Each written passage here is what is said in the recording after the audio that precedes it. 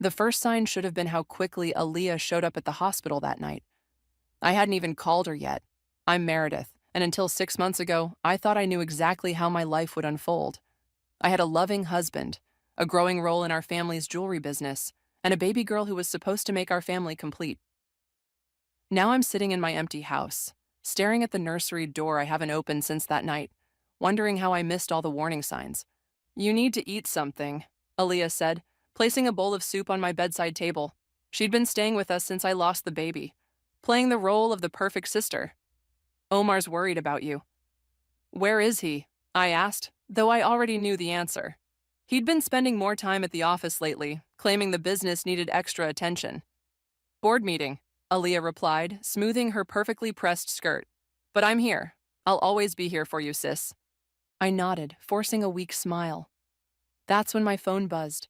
A text from Roslyn, my closest friend. "Call me ASAP. Something's happening at the office." "I should get back to work soon," I said, pushing myself up. "Dad's probably wondering where I am." Aaliyah's hand shot out, pressing me back against the pillows. "Nobody expects you back yet. Besides, I've been handling your projects. Everything's under control." The way she said it made my skin crawl. Later that evening, I called Roslyn. Her voice was tight with concern. "Mir, I overheard something today. Aaliyah was in your father's office for hours. They were discussing some major changes to the spring collection. Your collection." "What changes?" My throat went dry. I'd spent months developing those designs, drawing inspiration from our grandmother's vintage pieces. "They're scrapping most of it. Aaliyah presented her own concepts. Your father seemed impressed." I hung up and made my way downstairs, needing air. That's when I heard them, Omar and Aaliyah's voices drifting from the kitchen. "She's not ready," Aaliyah was saying. "The company needs direction now. We can't wait for her to pull herself together." "I know," Omar replied, his voice heavy with something I couldn't quite identify. "But she's my wife. This will destroy her. Sometimes we have to be cruel to be kind." Aaliyah's tone was soft, sympathetic. "The board meeting went well today. They agree the company needs new energy, fresh perspective." I pressed my back against the wall, heart pounding. Through the gap in the door, I could see them standing close. Too close. Omar's hand rested on my sister's shoulder, and she wasn't pulling away. "What about the expansion plans?" Omar asked. "Meredith's been working on those for months." "Already handled," Aaliyah replied. "I've restructured the whole proposal. Dad loves it. The board's voting next week." I wanted to burst in, to confront them both, but something held me back. Maybe it was shock, maybe it was strategy. Instead, I watched as Aaliyah reached up and straightened Omar's tie, her fingers lingering just a moment too long. "Trust me," she said. "This is best for everyone. Meredith needs time to heal, and the business needs to move forward. I can handle both." I slipped away before they could discover me, my mind racing. The sister who'd been braiding my hair since childhood, who'd been my maid of honor, who'd held my hand through every doctor's appointment during my pregnancy, she'd been planning this all along. Back in my room, I pulled out my phone and texted Roslyn. "Need to meet tomorrow, early." Her response was immediate. "Coffee shop on 4th, 7 a.m. You okay?" I wasn't okay. Not even close. But as I lay in bed that night, listening to Omar's steady breathing beside me, something crystallized in my mind. The grief that had been crushing me for months began to transform into something else. Something harder, sharper. My phone buzzed again. Another text from Roslyn. "Found something interesting in the old files. Your grandmother's original designs. The ones before the company got big. You need to see these." I smiled for the first time in months. Grandmother had built this company from nothing, fighting every step of the way. Now her legacy was being hijacked by my own sister, with my husband's help. Well, they weren't the only ones who could play the long game. I closed my eyes, but sleep wouldn't come. Instead, I remembered something my grandmother used to say. "In business and in life, darling, never let them see you bleed. Let them think you're broken, then show them your teeth." Tomorrow, I decided I would start showing my teeth. But first, I needed to understand exactly what I was up against, and more importantly, what weapons I had in my arsenal. The nursery door stayed closed, but another door was opening, one that would lead me down a path I never expected to take. "You're looking better," Mom said, passing me the salad bowl at our weekly family dinner. Her smile was warm but cautious, like she was afraid I might shatter. The time away from work has done you good. If she only knew. I'd spent the past week secretly meeting with Roslyn, poring over grandmother's old designs and piecing together what was happening at the company. But tonight wasn't about business. It was about watching my sister perform her latest act. Actually, I said, stabbing a cherry tomato with my fork, I've been thinking about coming back to work. The silence that followed was deafening. Aaliyah's fork clattered against her plate. Oh, honey, Mom started. There's no rush. I have an announcement, Aaliyah interrupted, reaching for Omar's hand across the table. My stomach lurched at their intertwined fingers. The board has officially appointed me as creative director. Dad beamed. Aaliyah's been doing fantastic work. The spring collection is already getting buzz from major retailers. My spring collection, my designs, twisted and warped into something unrecognizable. That's wonderful, I managed, my voice steady. Congratulations, sis. There's more, Aaliyah continued, practically glowing. We're expanding into the Asian market. The board approved my proposal unanimously. My proposal, my contacts, my 3 years of groundwork. I couldn't have done it without Omar's support, she added, giving his hand a squeeze. He's been instrumental in making this happen. I watched my husband's face carefully. He wouldn't meet my eyes. To new beginnings, Mom raised her glass, oblivious to the undercurrents, and to family supporting family. My phone buzzed. Roslyn. Found something. Big. Meet me tonight? Excuse me, I said, standing up. I need some air. I stepped onto the patio, the summer evening warm against my skin. Behind me, the door opened and closed. Mur? It was Omar. Are you okay? Funny how you're asking that now, I said, not turning around. After weeks of barely speaking to me. He sighed. I know I've been distant. It's just seeing you in pain. I didn't know how to handle it. But Aaliyah did, right? She's been helping with work, he said defensively. Someone had to step up. Is that all she's been helping with? Before he could answer, Aaliyah joined us. Everything okay out here? Just perfect. I smiled, the expression feeling foreign on my face. Omar was just telling me how helpful you've been. I wish you'd let me help you too, Aaliyah said, touching my arm. You've shut everyone out since, well, you know. The concern in her voice sounded genuine. That's what made it so dangerous. Actually, I said, I've been thinking about starting fresh, maybe launching something new. New? Aaliyah's eyebrows shot up. What do you mean? Just ideas, I shrugged. Nothing concrete yet. Back inside, Dad was showing Mom something on his tablet. Look at these numbers, he was saying. Aaliyah's changes to the expansion plan are brilliant. I learned from the best, Aaliyah said modestly, settling back into her chair. Remember how grandmother always said jewelry should tell a story? My hand clenched around my water glass. How dare she invoke grandmother's memory while stealing her legacy? Speaking of stories, Mom brightened. I found some old photos yesterday, from when you girls were little. Remember that summer at the lake house? When Aaliyah pushed me off the dock? I asked sweetly.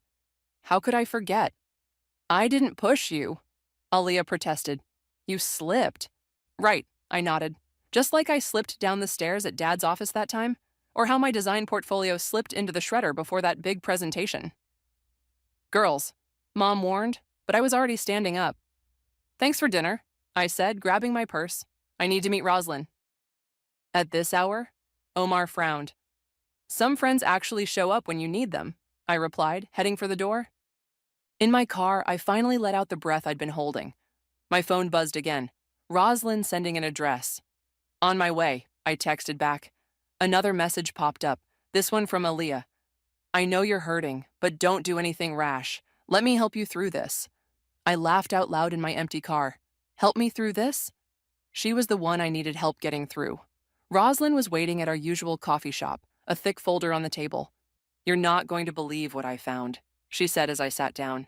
Remember those vintage pieces your grandmother sold before starting the company? I tracked down the buyers. And they're willing to sell back. All of them. We could rebuild her original collection, the one that started everything. For the first time in months, I felt something like hope. Not the soft, warm kind, but something sharp and bright and dangerous. Make the calls, I said. It's time to remind everyone where this company really came from. Rosalind grinned. Now that's the Meredith I remember. I found Omar's favorite tie hanging in Aaliyah's coat closet on a Tuesday morning. I wasn't snooping. I'd stopped by to drop off some old company files she'd requested, using the spare key she'd given me years ago. The bright blue silk caught my eye immediately. I'd bought him that tie in Milan last spring. My phone rang, making me jump. It was Rosalind. You need to get to your grandmother's storage unit, she said without preamble. Now. 20 minutes later, I was kneeling beside Rosalind on a dusty concrete floor, surrounded by cardboard boxes. Look at this, she said, carefully unfolding a yellowed letter. It's from your grandmother to your mom. The paper crackled as I took it. My grandmother's elegant handwriting filled the page. Dearest Stella, remember what I told you about legacy. It's not just about the jewelry, it's about the stories they carry. Every piece I've created holds a truth. When the time comes, make sure the girls understand this, especially Meredith. She has my eye for the hidden meanings. There's more, Rosalind said, pulling out a small leather-bound notebook. Design sketches, supplier contacts, everything from before the company went big. My hands trembled as I flipped through the pages. These weren't just designs. They were my grandmother's secrets, her real legacy. My phone buzzed. Omar, where are you? Aaliyah said you were supposed to drop off files. Got delayed, I typed back. Something came up? Another text followed immediately. Coming home tonight? I stared at the message. Home. Where his toothbrush had mysteriously vanished from our bathroom. Where his favorite coffee mug now lived in Aaliyah's kitchen cabinet. No, I replied, staying at Rosalind's. Myrrh, Rosalind said softly. There's something else you should see. She handed me a small velvet box. Inside was a stunning Art Deco ring, emeralds and diamonds set in platinum. Your grandmother's engagement ring, Rosalind explained, the one that inspired her first collection. Mom always said it was lost, I whispered. Look at the inscription.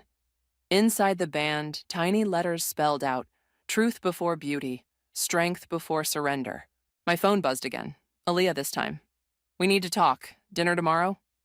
Can't, I replied. Busy. With what? Came her immediate response. Life, I typed back, then turned off my phone. Help me pack all this, I told Rosalind. Every sketch, every note, every piece of jewelry. What are you thinking? I'm thinking it's time to tell some new stories. Later that night, sprawled across Rosalind's living room floor with takeout containers and grandmother's notebooks, we started planning. Jason Moore called, Rosalind mentioned casually. He's interested in meeting. I looked up sharply. Jason had been our family's biggest distributor before Aaliyah redirected his contracts. He says the new designs aren't selling like yours did, Rosalind continued. Apparently customers miss the storytelling element. I smiled, remembering how grandmother always insisted each piece should have its own narrative. My phone, now turned back on, chimed with a text from Mom. Aaliyah and Omar have news. Family dinner Sunday. Please come. News, I muttered.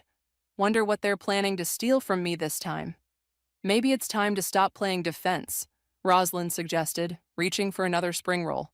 Your grandmother's designs, Jason's distribution network. We'd need capital, I pointed out. Already handled, Rosalind grinned. Remember my trust fund?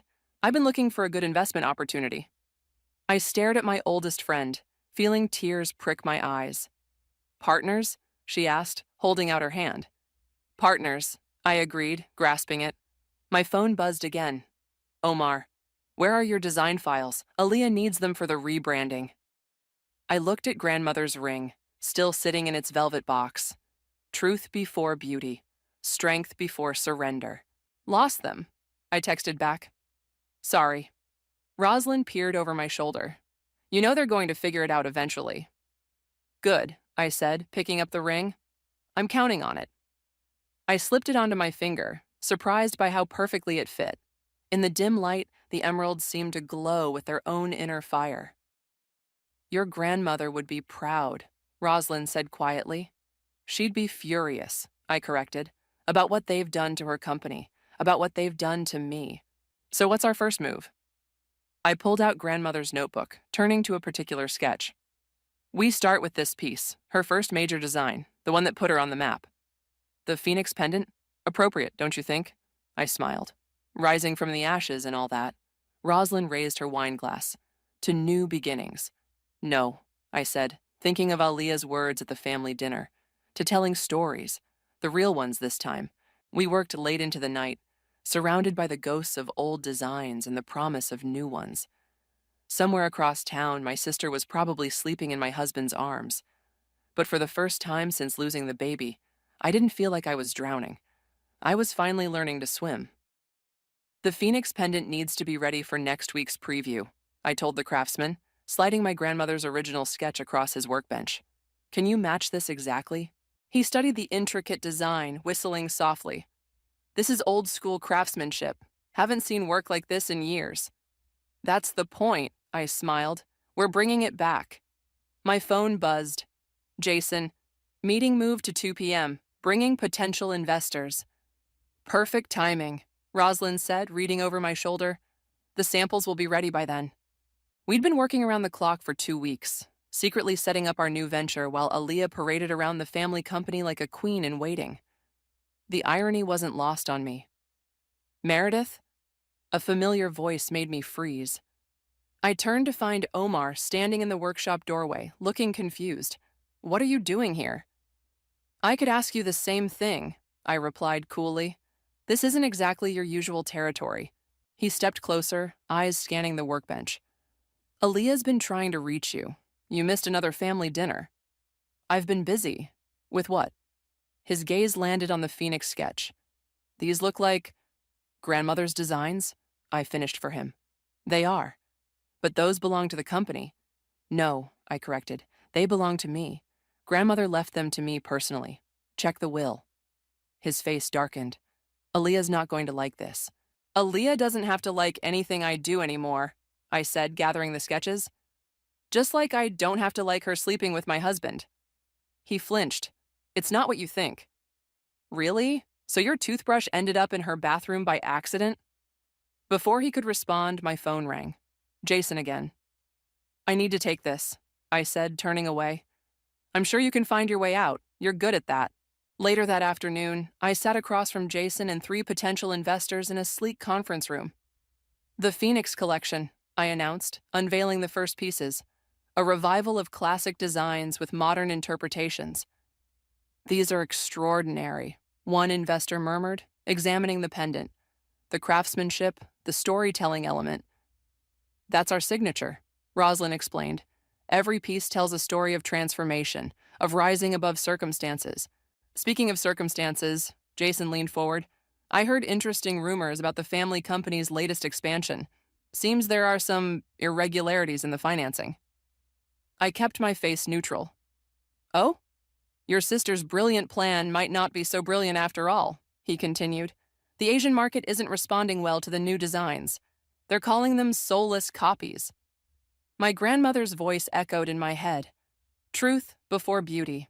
We're offering something different, I said. Authenticity, heritage, real stories. And real numbers, Rosalind added, distributing financial projections. 2 hours later, we had commitments from all 3 investors. As they filed out, Jason lingered. There's something else you should know, he said quietly. Omar's been making some questionable moves with company funds. If anyone looked closely. Are you suggesting someone should? He shrugged. I'm suggesting karma has interesting timing. My phone buzzed. Aaliyah, we need to announce the engagement at next month's charity gala. Stop avoiding me. I showed the message to Rosalind, who whistled. They're not wasting any time. Neither are we, I replied, picking up the phoenix pendant. Book us a spot at the gala. It's time for our preview to go public. That's playing with fire, she warned. Good thing we have a phoenix then. That evening, I visited grandmother's grave, placing fresh flowers beside her headstone. I found your ring, I told her, touching the emeralds on my finger, and your real legacy. I won't let them bury it again. My phone lit up with a text from an unknown number. Interesting designs, very familiar. Careful where you step, sis. I laughed out loud in the quiet cemetery. Still tracking my phone, Aaliyah? I muttered.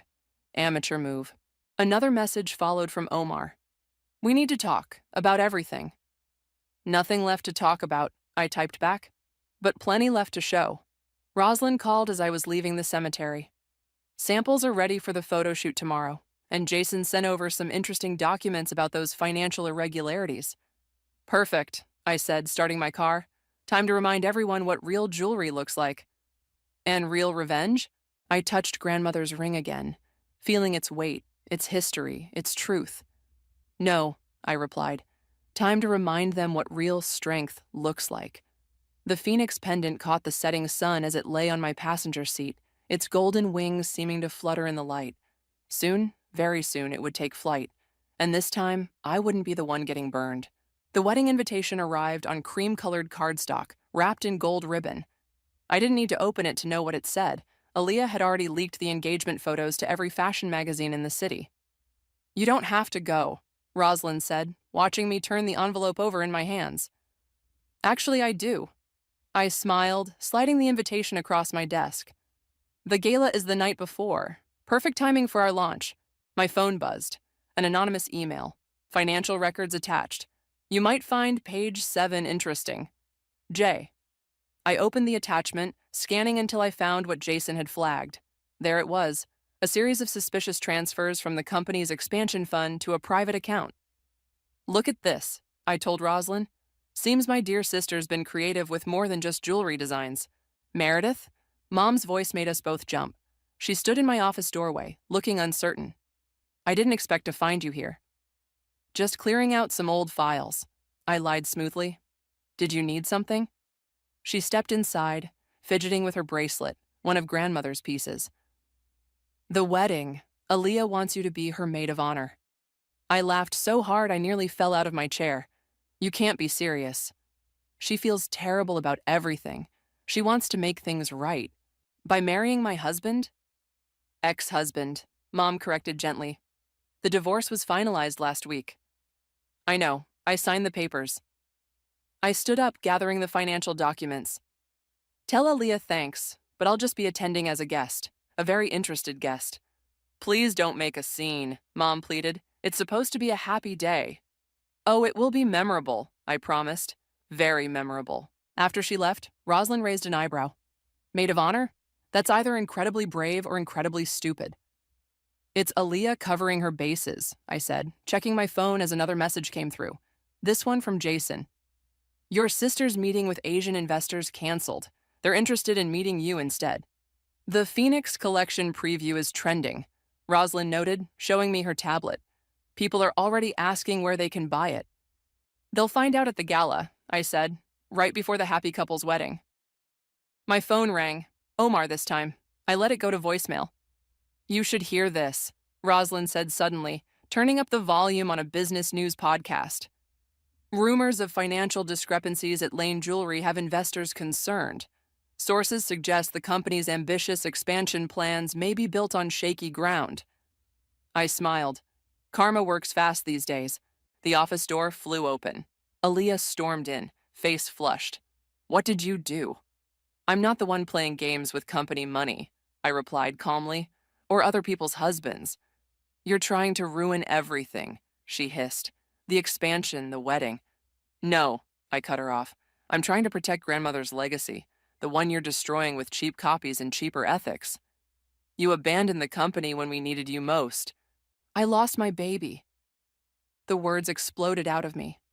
And while I was grieving, you stole everything else. She stepped back, something like guilt flickering across her face.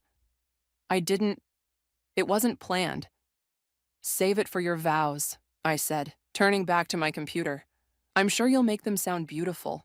You're good at that, making ugly things sound beautiful. The gala, she said suddenly. You're planning something. I touched grandmother's ring. Just honoring our family's real legacy. After she left, Rosalind let out a low whistle. She's scared. She should be. I pulled up the invitation list for our preview event. Add her name, front row seat. You're inviting her to our launch? Know your enemy, I quoted, remembering grandmother's words. Keep them close enough to watch them fall. My phone buzzed again. A text from Dad. Need to discuss company finances. Urgent. Too late, I muttered, sending a quick in-meetings response. The phoenix pendant caught the light on my desk, its wings spreading shadows across the financial documents. Soon everyone would see the truth. About the company, about Aaliyah, about everything. The photographers are confirmed for the gala, Roslyn reported. Fashion blogs are already buzzing about a mysterious new collection. Perfect. I stood up, gathering my things. Time to go home and RSVP to my sister's wedding. What are you going to write? I pulled out the response card, checking the attending box with a flourish. In the comments section, I wrote, "Looking forward to sharing this special day with everyone. All the stories deserve to be told." Subtle, Roslyn smirked. "Just wait," I said, sealing the envelope. "The real story hasn't even started yet." "The bride requests lilies for the bouquet," the wedding planner announced, flipping through her notebook. "And the color scheme is gold and cream," I finished, examining my nails. How original. We sat in Aaliyah's penthouse apartment, my old apartment, surrounded by wedding samples and swatches. Playing the supportive sister was exhausting, but necessary. "Meredith," Aaliyah sighed, "if this is too difficult for you." "Not at all," I smiled. "I want everything to be perfect." My phone buzzed. Jason, financial investigation moving forward. Board meeting called for Monday. "Speaking of perfect," I said, standing up, "I should check on the gala arrangements. Big night for everyone." "Wait," Aaliyah called as I reached the door. "I found something in Omar's old jacket." She pulled out a folded paper, a note I'd written to Omar the day before I lost the baby. My hands trembled as I recognized it. "I can't wait to meet our daughter," Aaliyah read aloud. "I already know she'll have your smile." "Stop," I whispered. "I found it the night you were in the hospital," she continued. "Omar was so broken, so lost." "So you comforted him?" I spat. "In my bed?" "It wasn't like that." "No." I pulled out my phone, showing her the photos Jason had sent. "These bank transfers tell a different story. You two were planning this long before I lost the baby." Her face went pale. "Where did you get those?" "Karma has a way of revealing truth," I said, opening the door. "See you at the gala." Outside, I called Roslyn. "Everything ready?" "Preview setup is complete," she confirmed. "Press is confirmed, and you'll never guess who just RSVP'd. The board members." "All of them?" "Apparently they're very interested in your tribute collection to your grandmother." I laughed. If they only knew. That evening, I visited the gala venue, watching workers set up displays. The Phoenix collection would be unveiled in the center, surrounded by grandmother's original pieces, the ones Aaliyah thought were lost forever. My phone rang. "Omar." "Don't hang up," he said quickly. "Please." "What do you want?" "I found the financial records on Aaliyah's laptop, the transfers, the fake contracts." "Finally doing your due diligence?" I asked sweetly. "Bit late for that." "I didn't know," he insisted, "about any of it. The money, the designs. She said you approved everything." "And you believed her? Or did you just want to believe her?" Silence. "The night I lost the baby," I continued, my voice steady. "Where were you, really?" With her, right? Planning your future while I was losing ours?" He didn't answer. He didn't need to. "See you at the gala," I said, hanging up. Roslyn appeared with 2 glasses of wine. "You okay?" "Better than okay," I replied, taking a glass. "Everything's falling into place." "The press release is ready," she said. "Once we announce the collection's provenance." "Aaliyah's house of cards collapses," I finished, "along with her reputation." My phone buzzed again. "Mom. Found more of grandmother's old pieces in the attic. Coming to drop them off." "Don't tell her anything," I warned Roslyn. "Not yet." Mom arrived 20 minutes later, carrying a small box. "I thought these might help with your tribute collection," she said, then paused, looking around. "This is more than a tribute. It's grandmother's real legacy," I explained, "the one Aaliyah tried to erase." "Oh, girls," Mom sighed. "What happened to you two?" "Ask your younger daughter," I suggested, "the one who's marrying my husband." "Ex-husband," Mom corrected automatically, then stopped. "These designs, they're exact replicas." "No," I said. They're the originals. Every piece tells a story, remember? Including the story of how they were almost stolen. Understanding dawned in her eyes. The financial irregularities. The board meeting. Like I said, I smiled. Every piece tells a story. My phone lit up. Aaliyah, we need to talk. Now. Sorry, sis, I typed back. Too busy planning your perfect day. The phoenix rises, Rosalind said, gesturing to the central display. Ready to set the world on fire. Not the world, I corrected. Just one very carefully constructed lie. Mom touched the pendant gently. Your grandmother would be proud and terrified. She taught me well, I said. Truth before beauty, strength before surrender. And revenge? Mom asked quietly. Justice, I corrected. For grandmother's legacy, for my lost daughter, for everything. My phone buzzed one final time. Jason. Board members requesting private viewing before gala, tomorrow morning. Perfect, I replied, then turned to Rosalind. Time to start the fire. The wedding's the day after the gala, Mom reminded me. Please tell me you're not planning. Don't worry, I assured her, touching grandmother's ring. Everything will happen exactly as it should. In the fading light, the Phoenix collection seemed to glow with its own inner fire, each piece a weapon disguised as art, just like grandmother taught me.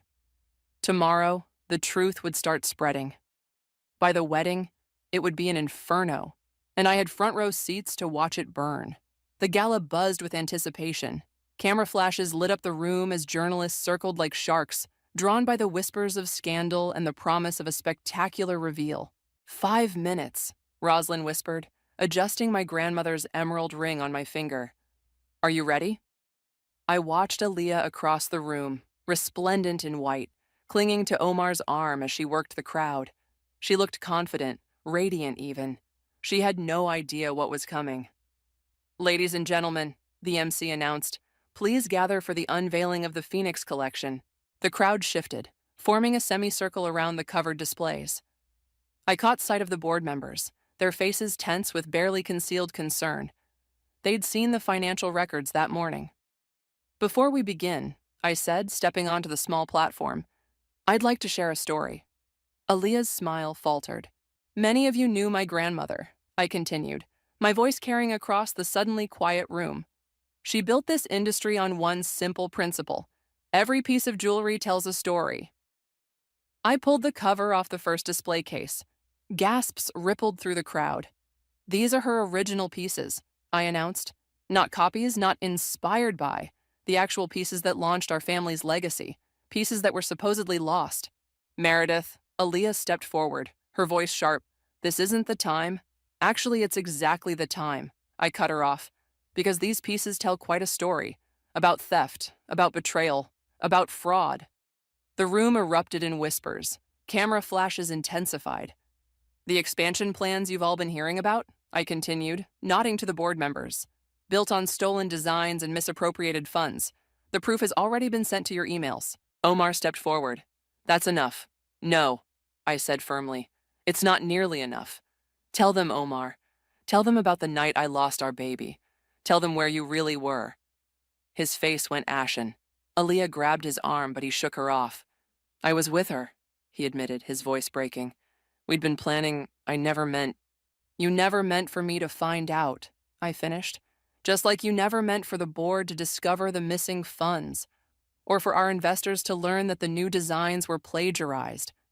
That's a lie, Aaliyah shouted, but her voice shook. I unveiled the second display, grandmother's original sketches alongside Aaliyah's new designs. The similarities were undeniable. The Phoenix collection isn't just jewelry, I announced to the stunned crowd. It's evidence of what was stolen, what was lost, and what rises from the ashes. Dad pushed through the crowd, his face red. Stop this immediately. Why? I asked, pulling out my phone. Afraid of what else might come to light, like these bank transfers? The large screen behind me lit up with financial records. Aaliyah's perfectly crafted facade cracked. It was supposed to be mine, she burst out. All of it. I was always better at this than you, but grandmother chose you. She always chose you. So you chose revenge? I asked quietly. Taking my husband, my company, my life? You weren't even there, she screamed. After you lost the baby, you checked out. Someone had to step up. Into my bed? I asked sweetly. Into my role? Into my bank accounts? The crowd was dead silent now, watching the drama unfold like a tennis match. The board has already voted, I announced. The expansion plans are canceled. The funds will be audited. And the Phoenix Collection? It's launching under my new company, with the original designs, original documentation, and original spirit. You can't do this, Aaliyah whispered. The wedding is tomorrow, I know. I smiled. Consider this my wedding gift. The truth, finally exposed. Omar stepped forward again. Meredith, please, save it for your vows. I cut him off. I'm sure you can come up with something beautiful. You're both so good at pretty lies. Rosalind appeared at my side with champagne. To the Phoenix Collection, she announced, raising her glass, and to truth before beauty. The crowd, sensing which way the wind was blowing, raised their glasses. Camera shutters clicked frantically. You've ruined everything, Aaliyah hissed as she pushed past me. No, I corrected her.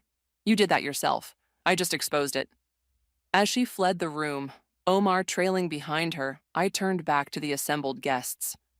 The collection goes on sale tomorrow, I announced. Each piece comes with its story, its true story, because that's what my grandmother taught me.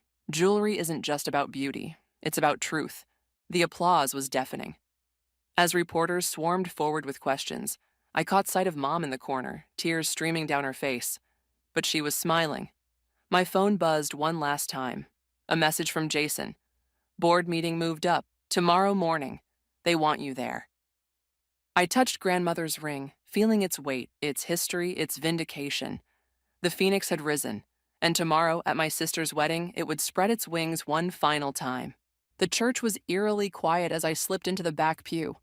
No bride, no groom, just scattered guests whispering among themselves. The morning news had done its work, headlines screaming about fraud, stolen designs, and corporate scandal. She's not coming, Rosalind whispered, sliding in beside me. Wait for it, I murmured. Right on cue, Mom appeared in the side door, gesturing frantically. Meredith, she's asking for you. I found Aaliyah in the bridal suite, still in her wedding dress, mascara streaking her cheeks. Come to gloat? No, I said, closing the door. Come to finish our story. There's nothing left to finish. You won. You destroyed everything. You did that, I corrected, sitting across from her. I just exposed the truth. The truth? She laughed bitterly. The truth is, I was always in your shadow. Perfect Meredith, grandmother's favorite, Dad's golden child. And that justified stealing my life? I didn't steal it, she exploded. You threw it away. After the miscarriage, you just disappeared. Omar needed someone. The company needed someone. They needed support, not theft. I loved him, she whispered. I still love him. Enough to commit fraud for him? Her head snapped up. That was his idea. The transfers, the fake contracts. He said we needed startup capital for our own venture. My phone buzzed. Jason, Omar just confessed everything to the board, trying to cut a deal. I showed Aaliyah the message. She crumpled, her white dress pooling around her like surrender. He promised we'd pay it back, she whispered. After the wedding, after the expansion, after you'd stolen everything I built. I didn't know about the baby, she said suddenly. That night when he came to me, he didn't tell me you were in the hospital until morning. The truth I'd suspected but never confirmed hit like a physical blow. You were together while I was losing our child? I'm sorry, she whispered. I'm so sorry. A knock interrupted us. Dad entered, his face grave. The board's decision is unanimous. Omar's been removed, all expansion plans canceled. He looked at Aaliyah. They want the ring. What ring? Grandmother's emerald ring, he said. The one you claimed was lost when you took over the design department. Aaliyah's hand went to her neck, pulling out a chain. The ring dangled from it, an exact copy of the one on my finger. A replica, she admitted. I had it made when I saw the original in your jewelry box. I thought, if I had a ring, I'd have her blessing. But you didn't, I said softly, because you can't steal blessing any more than you can steal talent. She unclasped the chain, letting the fake ring fall into Dad's palm. What happens now? Now? I stood up. Now I go run my company. The real one, built on grandmother's true legacy. And you? I paused at the door. You get to live with your choices. Outside, guests were already leaving. Omar was nowhere to be seen. Mom waited by my car, holding a small package. Found this in the attic, she said. It's addressed to both of you. Inside was a letter in grandmother's handwriting, dated just before she died. My dearest girls, competition breeds excellence, but rivalry destroys families. Aaliyah, your fire is your strength, but unchecked, it burns everything it touches. Meredith, your patience is powerful, but remember, even phoenixes must sometimes burn to rise again. Love each other. That's the only legacy that matters. I found Aaliyah still in the bridal suite, staring at her reflection. Here, I said, holding out the letter. One last story from grandmother. She read it silently, fresh tears falling. I can't take back what I did, she said finally. No, I agreed, but you can go forward differently. How? I touched my grandmother's ring, the real one, by remembering what she taught us. Truth before beauty, strength before surrender. And forgiveness? She asked quietly. That comes with time, I said, and truth. My phone buzzed. Roslyn, press conference in an hour. Ready? Tell them I'm on my way, I replied. To Aaliyah, I added, when you're ready to tell the whole truth about everything, come find me. Why would you give me that chance? I showed her grandmother's letter again. Because some legacies are worth saving. Outside, the autumn sun caught the emeralds in my ring, sending green fire dancing across the church steps. Roslyn waited by her car, grinning. Ready to show the world what real jewelry looks like? She asked. I looked back at the church one last time. Through the window, I could see Aaliyah reading grandmother's letter again, her white dress now a symbol of something different. Not a stolen future, but a chance for a new beginning. No, I said, sliding into the car, ready to show them what real strength looks like. The phoenix pendant caught the light as we drove away, its wings spread wide, ready to soar, just like grandmother always intended, just like me.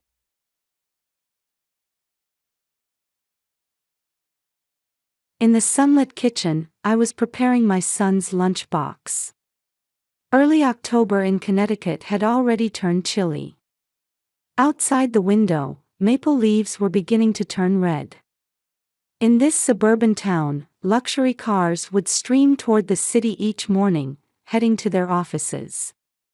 Mom, soccer practice might run late today.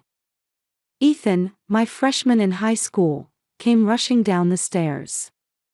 He'd grown taller recently, now surpassing my shoulder height. In his navy blazer, white shirt, and gray slacks, he looked just like his father in his younger days, the same gentle eyes and calm demeanor. Watching my son excel both in sports and academics, I couldn't help but see shadows of my late husband. Soccer practice. What time will you be home for dinner? Probably after 6. Everyone's working hard for next week's game. Ethan grabbed orange juice from the fridge and drank it in one gulp. His grades were excellent, and he was athletic too. For the past 3 years, we'd managed somehow, just the two of us. Since Tom's sudden passing from a heart attack, every day had been a battle. My job as a real estate broker kept me busy, and an annual income of $85,000 wasn't much in this affluent suburb. Still, considering my son's education, I couldn't afford to give up this job. I smoothed my brown hair and slipped into my modest suit. This was my style. Ethan, keys. I tossed the car keys, and my son caught them skillfully. It was a 15-minute drive to Greenwich High School. This time was our precious moment for conversation. Caught in morning traffic, I enjoyed our casual chatter. Perhaps this was my happiest time of day. The morning tranquility was broken by a phone call from my mother. Jennifer, about Vanessa's party tomorrow. Mother Patricia's voice echoed through the receiver. My mother, proud of her social influence, was always preoccupied with my sister Vanessa's affairs. Mother was pretentious and vain, particularly excessive in her doting on my sister. Yes, of course I'll be there. The venue is La Scale.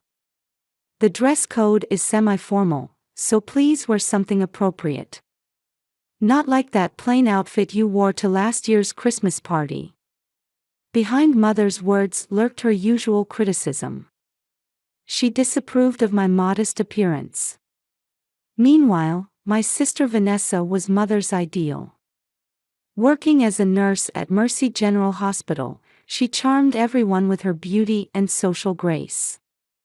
Her golden hair and model-like figure were Mother's pride and joy. Since childhood, my sister had been showered with Mother's affection. That evening, after finishing work, I received a call from Vanessa. Jen. He's absolutely wonderful. Even better than I imagined.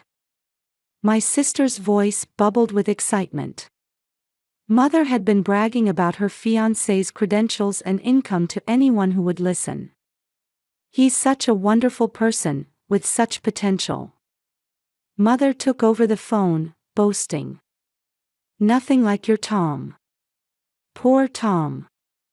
He gave up his future and took a local job for your sake. Those words stung. Mother had never approved of my husband's modest background. That night, after my son had gone to bed, I stood by the living room window, gazing at the night sky. I remembered the day 3 years ago when I lost Tom to a sudden heart attack. Though he didn't have an impressive career, he was a kind, honest man. He still holds a special place in my heart. I know he limited his career to our local area for my sake, as we'd been together since high school. But that was our choice. Tomorrow is my sister's engagement party. I want to celebrate her sincerely. Yet I also felt lonely, being misunderstood within this family. Mother and my sister always looked down on my lifestyle, treating my choices as failures. Still, every time I see my son's sleeping face, I find the courage to move forward. He is my pride and hope. Late at night, in the quiet house, I began preparing for tomorrow's party. As I took out a modest navy dress from the closet, I thought about how tomorrow would bring another new day. I would accept both Mother's words and my sister's boasting. That was my role, after all. One afternoon, I was in the middle of showing a property. The autumn sunlight filled the room, highlighting the property's best features. While negotiating prices with my client, my phone rang. It was from an unknown number. Is this Mrs. Miller? Your son Ethan has been in an accident. In that moment, it felt as if the world had stopped. My ears were ringing, and voices seemed distant. It was a call from Greenwich High School staff. Ethan had been hit by a car that ran a red light while he was crossing at a crosswalk after school. A classmate who witnessed the accident called an ambulance, and teachers rushed to the scene. The emergency team had already arrived and was transporting him to Mercy General Hospital. How serious is the accident? As I asked with a trembling voice, the staff member hesitated before answering. It appears to have been a severe impact. He's conscious, but... I couldn't wait to hear the rest. After hastily apologizing to my client, I immediately got in my car. Even waiting a few seconds for traffic lights felt like an eternity. The honking of cars, the red autumn leaves on the street trees, everything seemed blurry. All I could think of was my son's smile. His smile this morning when I last saw him. That can't be the last. No, it can't be the last. My hands trembled on the steering wheel. Though I'd driven this road countless times, today it felt unusually long. Other cars seemed to move too slowly. Everything was too slow. On the way, I passed the accident scene. A police car was stopped there, with officers gathering evidence. White chalk lines had been drawn on the crosswalk, and textbooks and notebooks were scattered on the ground. I recognized them as Ethan's belongings. His uniform's blue tie fluttered in the wind. Seeing that, a sob escaped my throat. I arrived at the hospital at 2:45 p.m. Running into the emergency entrance, I was enveloped by a breathtaking tension. Doctors in white coats hurried back and forth, nurses carried equipment, and patient names echoed through the air. The smell of disinfectant stung my nose. A child's cry could be heard from somewhere. The emergency room is down this hallway. I ran following the receptionist's directions. My heart was pounding so hard it felt like it might burst. My legs were shaking. But I couldn't stop. Reaching the treatment room, I found Ethan surrounded by medical staff. His face was pale, and his uniform was stained with blood. The monitor beeped ominously. An 4 needle was in his arm, and an oxygen mask covered his face. Was this really my son? The same boy I'd cheerfully sent off to school this morning. There's likely internal organ damage, and the bleeding is serious.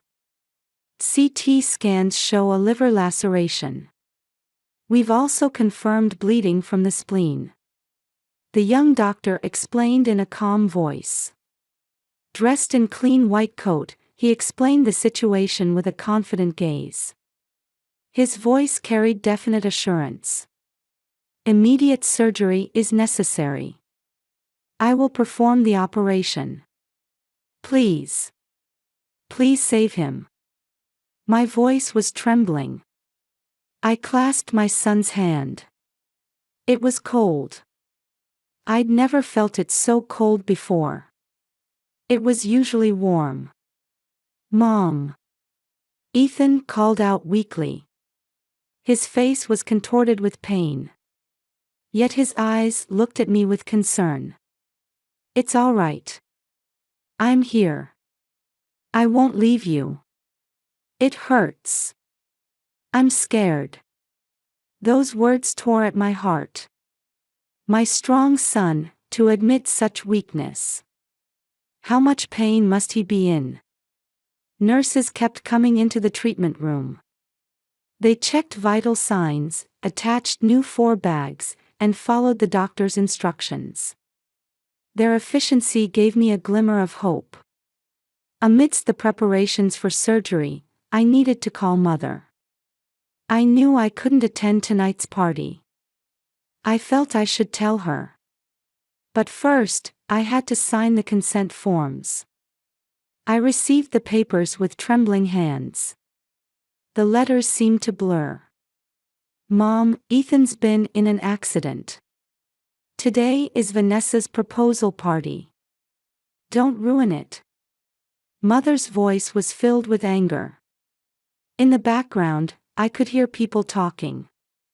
The clinking of glasses. Laughter. The party preparations seemed to have already begun. I could hear the busy sounds of the luxury restaurant's kitchen. But he's seriously injured. I'm at the hospital now. They say he needs surgery. My voice caught. Tears rolled down my cheeks. I can't believe this. You're always like this. I'm putting Vanessa on. This is supposed to be my special once-in-a-lifetime day. How could you? Why today of all days? My sister screamed on the other end. Her voice was mixed with anger and disappointment. She'd always hated when things didn't go her way. But this was different. This was about my son's life. My hands trembled. while my son was hovering between life and death. Their family. Why can't they understand? I wanted to scream inside. But no voice came out. Each time the treatment room door opened, new staff entered. Voices announcing blood test results, voices confirming operating room preparations. Among all this, I listened only to my son's breathing. Then, the operating room door opened. The doctor from earlier appeared. "Mrs. Miller, we're ready for surgery." His gaze held firm resolve. I could sense his professional determination. There was something reassuring about his presence. I will save him. That is my mission as a doctor. How comforting those words were. Tears welled up. As I watched my son disappear into the operating room, I stood there, almost in prayer. My son, whom I'd sent off to school as usual this morning. Though it was only hours ago, it felt like the distant past. Our conversation at the breakfast table. Our casual chat in the car. Everything had become precious memories. I sat in the waiting room chair, covering my face with my hands. My smartphone kept vibrating. Surely from Mother. But I had no strength to answer. Each notification tone made my heart constrict. The surgery in progress sign glowed red. The light seemed the color of blood. The clock hands moved cruelly slow. Outside the window, dusk was approaching. Looking up at the orange-tinted sky, I continued to pray for my son's life to be saved. Prayer was all I could do. This helplessness brought fresh tears. In front of the operating room, I pressed my trembling hands to my chest. The red lamp's light coldly illuminated the hallway. The surgery that would determine my son's fate was about to begin. The clock showed 3 p.m. The second hand on the waiting room wall clock seemed to move unnaturally slowly. There was no one beside me. At this moment, I felt painfully aware of how alone my son and I were. While nurses bustled about, I alone felt trapped in suspended time. Beyond the operating room doors, the battle for my son's life had begun. The sounds of machines, staff voices, and metal instruments clinking faintly reached through the doors. Each sound squeezed my heart. My smartphone vibrated again. The screen showed an incoming call from Mother. Though I had no energy to answer the phone, I checked the message. "All the party preparations are complete. Don't ruin everything with your selfishness." Those words suddenly filled me with anger. Selfishness. When my son's life was in danger. But I didn't even have the energy to raise my voice. I just sat in the cold waiting room chair. Outside the window, clouds drifted by. The sky that had been clear this morning now felt eerily distant. I tried flipping through old magazines in the waiting room, but the words wouldn't register. After 4 o'clock, a nurse came to provide an update. Her expression made my spine freeze. "There's more bleeding than expected, and additional procedures are needed. However, the surgeon is doing everything possible, so please try not to worry." At those words, my heart nearly stopped. Additional procedures. The weight of those words bore heavily on my shoulders. As I stared at the operating room doors, memories of my son's childhood flooded back. The day he first walked, his first words, his first day of school. Every moment felt as if it had existed for this very time. How much blood loss. His condition. My voice shook. The nurse wore an apologetic expression. "The details will be explained by the surgeon after the operation." After that, the waiting room returned to silence. Only occasionally did the sound of medical staff's footsteps echo in the hallway. The sound of four-pole wheels. Someone's voice. Everything felt distant. Nurses rushing with new 4 bags, medical technicians running with blood test results, knowing that each person played a vital role in my son's life filled me with both gratitude and anxiety. The clock hands moved mercilessly forward.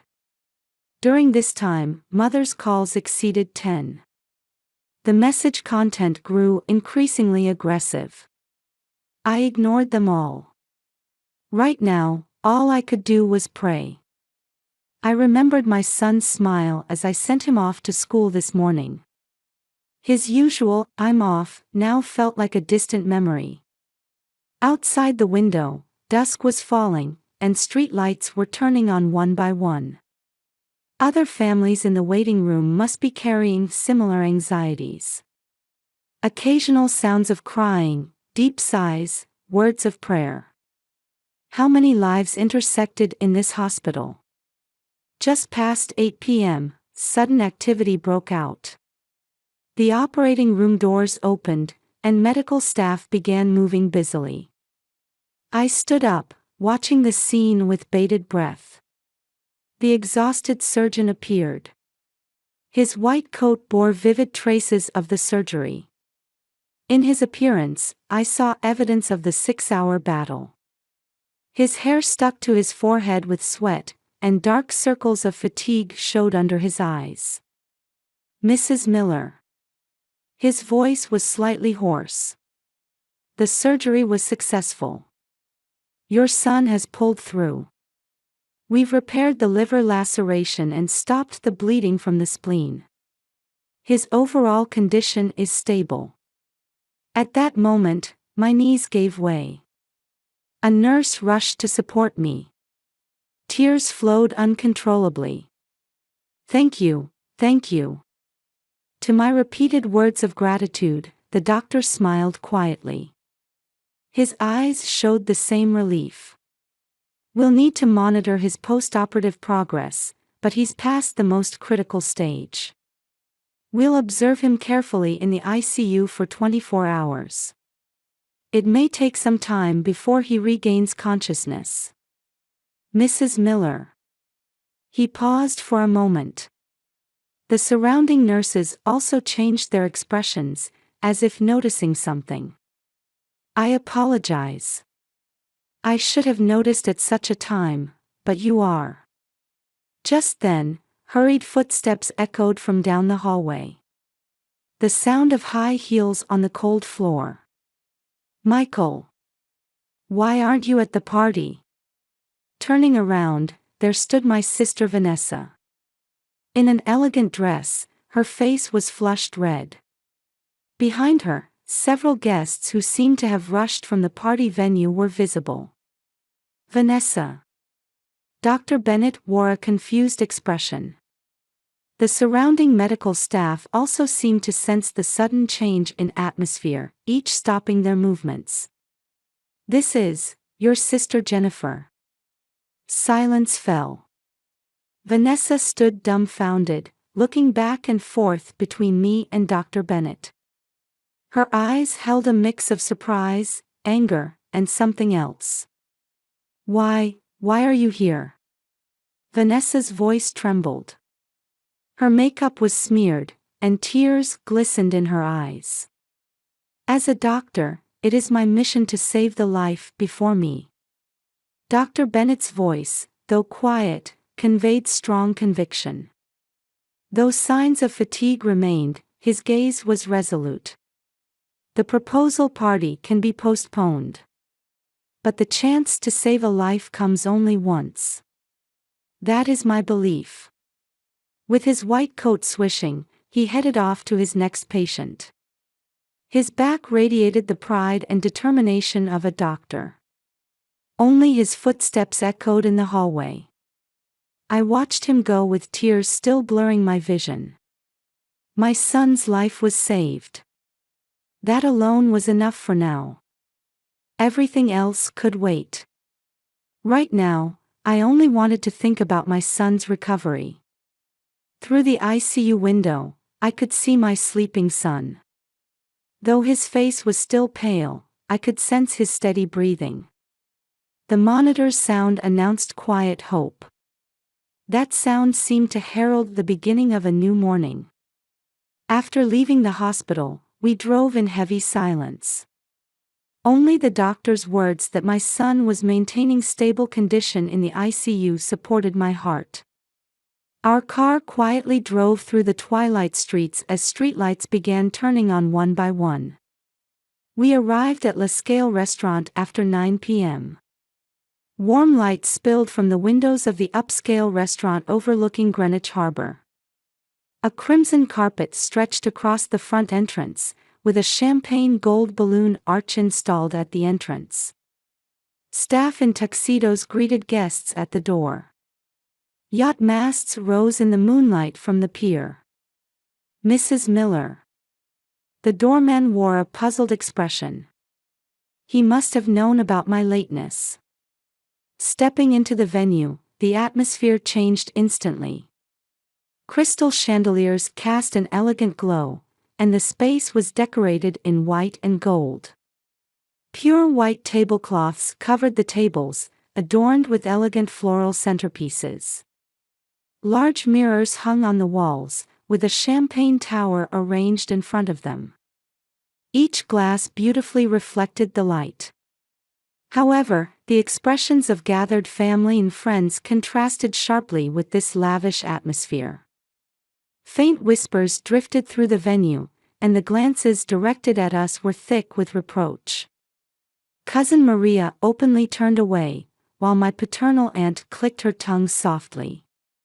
On the silver trays held by catering staff, hors d'oeuvres remained untouched. I could see the bubbles quietly disappearing in expensive champagne glasses. "So you finally came." Mother's voice was cold as ice. Her pearl necklace cast an ominous gleam at her throat. Beside her stood Vanessa, still in her dress.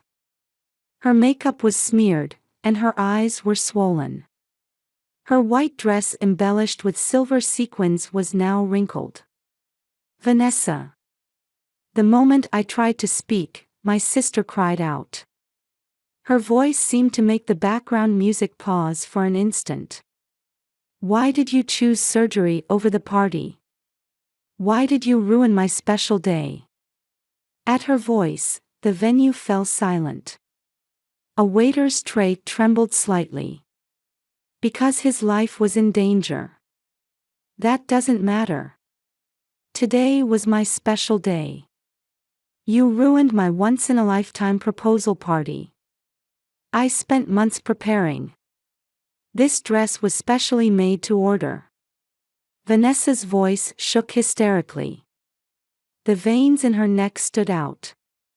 Everyone rearranged their schedules to be here. The venue was booked 6 months in advance. "Vanessa, calm down." Mother placed her hand on Vanessa's shoulder. However, her eyes glared at me accusingly. Her pearl necklace swayed with her rapid breathing. "Jennifer, you're always like this. Always thinking of yourself. It's your sister's most important day, and because you weren't here, the planned speeches and photos, everything was ruined." Each of Mother's words stabbed like a knife. The background music made her words even more piercing. "Thinking of myself." My voice trembled. Anger and sadness welled up. My son's life was in danger.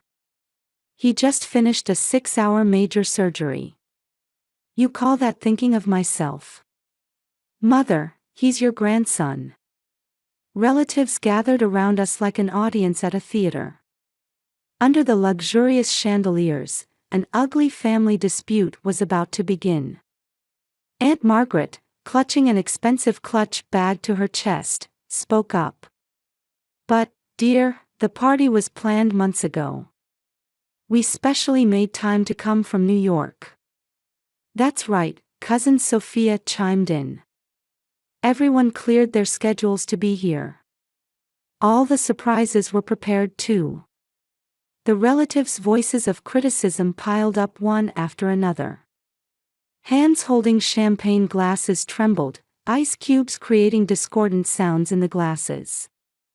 Just then, there was a sound at the venue entrance.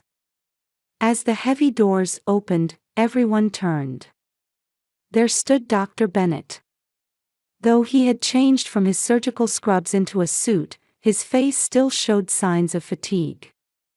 His tie was slightly crooked, different from his usual perfect appearance.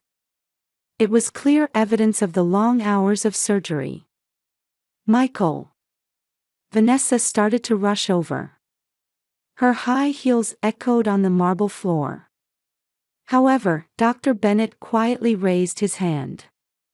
The gesture carried a sense of determination. "Vanessa, and everyone. Let me explain what happened today." His voice resonated throughout the venue.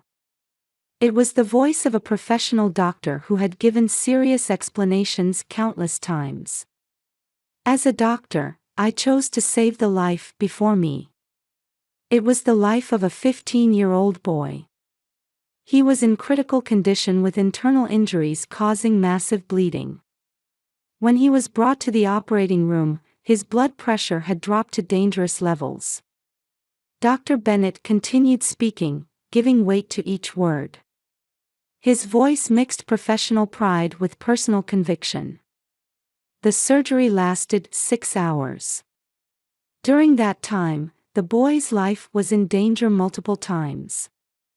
We fought desperately several times to prevent his heart from stopping. If we hadn't started the surgery immediately, he wouldn't be here now." A heavy silence fell over the venue. Only the sound of champagne bubbles could be faintly heard. "And I have one more decision to make." Dr. Bennett's voice carried even stronger resolve. At that moment, the air in the venue seemed to freeze. "I cannot marry someone who disregards human life." At those words, the venue erupted in murmurs. The sound of a glass being dropped could be heard, and someone let out a small cry. "Michael! What are you saying?" Vanessa's voice was almost a scream. Her hand reached out into the air. "I cannot compromise my beliefs as a doctor. I cannot accept values that prioritize a party over human life. Not as a doctor, and not as a human being." Mother intervened. Her pearl necklace swayed violently. "What are you saying? On such an important day, in such a lovely venue. Do you know how much this party cost? What matters is what happened on this important day." Dr. Bennett's voice maintained its calm while filled with strong determination. His eyes swept across the room. "In the operating room, we were fighting for a boy's life. During that time, did the people preparing for the party understand the weight of life? While worrying about decorations, dresses, and food, a young boy was hovering between life and death." Complete silence enveloped the venue. The chandelier light illuminated everyone's equally pale faces. Dr. Bennett slowly turned to face Vanessa. "I'm sorry. But this is my decision. As a doctor and as a human being, I will stand by my convictions." At that moment, Vanessa's engagement ring fell to the marble floor. The sound of metal hitting marble rang out with eerie clarity. It was like a bell tolling the end of everything. Various voices began rising from among the relatives. Voices of condemnation, sympathy, confusion. Amidst the swirling voices in the venue, Mother and Vanessa stood isolated. Their figures in expensive dresses now seemed somewhat pitiful. The aunts whispered things like, "How embarrassing," and "a family disgrace," while the paternal relatives had already begun leaving the venue. The wedding planner, who had been prepared for the wedding, stood dumbfounded. cousin Maria approached me. "Jennifer, is your son really all right?" At those words, I felt that finally someone understood the essence of the situation. I quietly closed my eyes. My son's life was saved. That was all that mattered to me now. Tomorrow, I would be able to see my son's face at the hospital again. That thought alone supported me through this chaos. Outside the window, harbor waves quietly lapped against the shore. The chandelier light coldly illuminated the engagement ring on the floor. That light seemed to be watching over all of tonight's events. Spring sunlight streamed into the hospital room. 6 months had passed since that day, and cherry blossoms were beginning to bloom outside the window. The cherry tree-lined path on the Mercy General Hospital grounds gave a sense of new life stirring. "Mom, I'm being discharged today." Ethan smiled on the bed. Color had gradually returned to his once pale face, and strength had returned to his voice. Though surgical scars remained, his rehabilitation was progressing well, and the doctors were amazed at his recovery ability. "Yes. But you still need to be careful not to overdo it." "I know. But I want to get back to school soon." The soccer team members came to visit every week. At those words, I felt tears welling up. My son, who had overcome a life-threatening crisis, seemed a bit more mature than before. During his long hospital stay, he must have done a lot of thinking on his own. Sometimes he would wake up in the middle of the night and talk about the meaning of life. A nurse brought the discharge paperwork. Meanwhile, I gazed out the window. Over these 6 months, many things had changed. Though some changes were painful, they were necessary steps in our growth. Mother began to change significantly after that night. At first, she couldn't acknowledge her mistakes, and we lost contact for a while. The incident at the luxury restaurant became talk of the local social circle, and Mother temporarily stopped appearing at parties. However, on a rainy day, she suddenly visited the hospital room. Without makeup, her usual dignified manner was gone. "Jennifer, and Ethan." Mother's voice trembled. Rain dripped onto the floor from the umbrella in her hand. "I've started seeing a counselor. Dr. Sarah Thompson. I've realized the biases within myself." Since that day, Mother began regularly attending counseling twice a week. There, she started confronting her issues with values and excessive favoritism. She said she realized she had lost sight of her daughter's true happiness by obsessing over superficial success and appearances.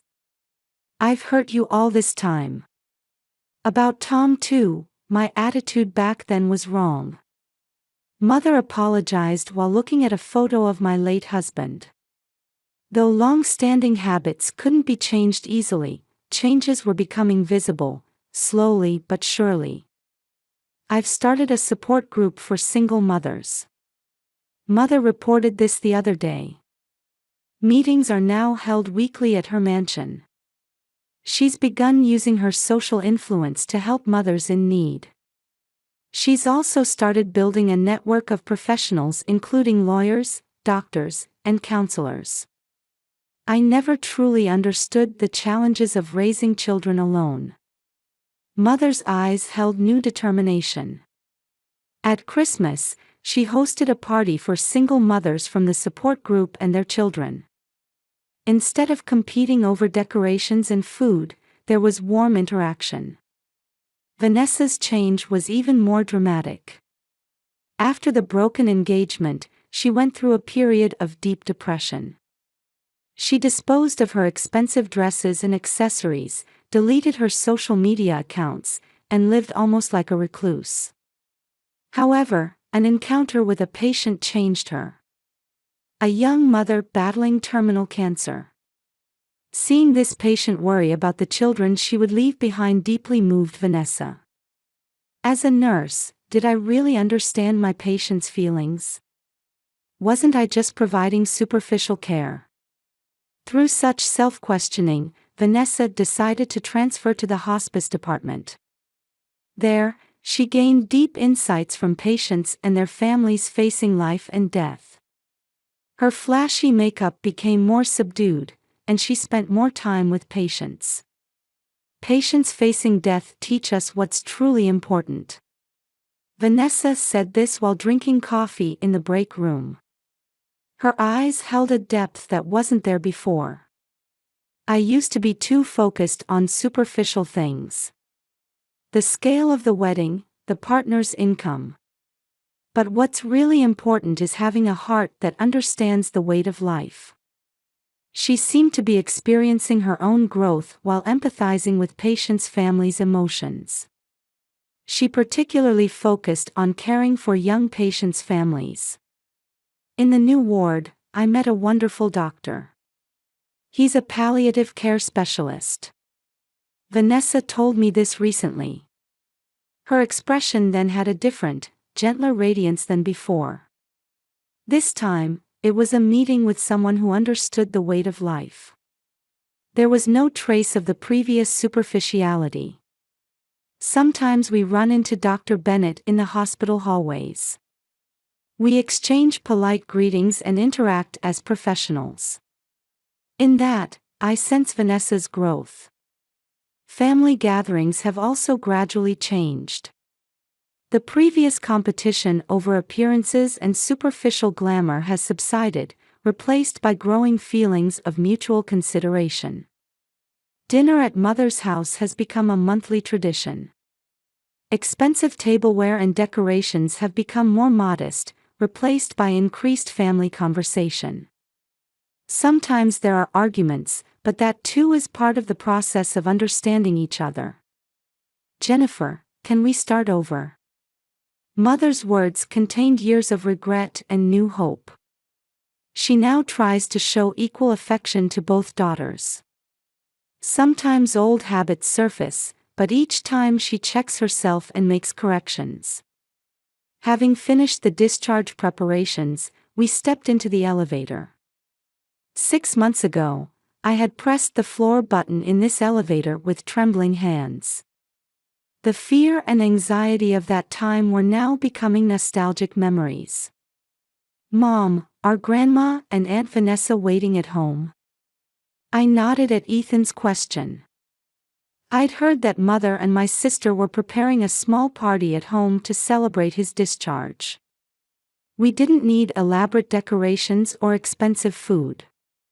Just family gathering together, rejoicing in each other's presence. That was enough. Yes, they're surely waiting. Today they're making meatloaf, your grandfather's favorite. Really? Grandpa's? Yes. Grandma has started cooking recently. She's begun working in the kitchen herself instead of leaving everything to the housekeeper. My son showed a slightly surprised expression at Mother's new side. Change had definitely taken root in our daily lives. Leaving the hospital, a gentle spring breeze embraced us. Learning the weight of life, reaffirming family bonds, and taking steps toward a new future. These 6 months had become an irreplaceable time of growth for all of us.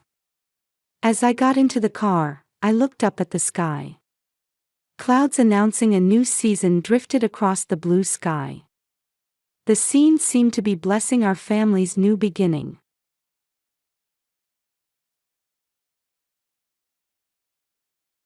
Gentle sunlight streamed into a corner of the upscale residential area.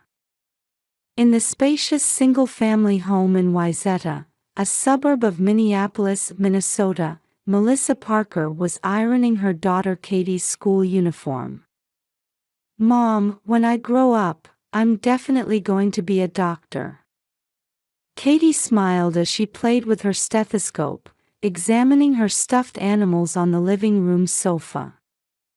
Melissa returned her smile warmly. Melissa had once been a successful accounting manager at a major corporation.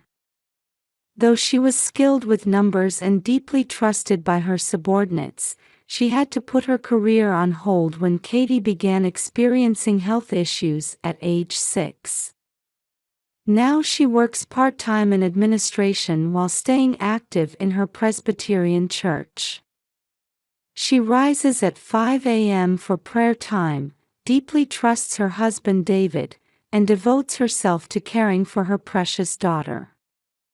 Her husband, David Parker, serves as the head of research and development at the global pharmaceutical company LifeTech, leading new drug development projects. As an elite executive earning $300,000 annually, he was envied by neighbors as an ideal husband and father. He always made time to practice baseball with Katie at the park on holidays, and his attentive listening during Sunday sermons made him a model father figure at church. And Katie, the family's treasure, is a fourth grader at St. Mary's Elementary School. The bright and intelligent 10-year-old is popular in her class. Despite struggling with unexplained health issues that often keep her from school, she maintains her dream of becoming a doctor who can help sick children. She respects her father, deeply trusts her mother, and has a kind heart. She never forgets her classmates' birthdays and makes a habit of giving them handmade cards. Dr. Roberts, the family's primary physician, is a veteran doctor with 30 years of experience as the head of pediatric surgery at St. Mary's General Hospital. Known for his strong ethical principles, he participates in Christian medical volunteer work and hosts the hospital's annual Christmas charity events. With his gentle personality, young patients affectionately call him Uncle Robbie. The Parker family was well regarded in the community as a devout Christian household that regularly attended church. Thanks to David's high income, they lived comfortably in a 4-bedroom home in the Wayzata district, cherishing their family time on holidays. The spacious kitchen always smelled of homemade cookies, and family photos adorned the mantel above the living room fireplace. They participated in weekly Sunday church community activities and valued holidays like Thanksgiving and Christmas as important opportunities to strengthen family bonds.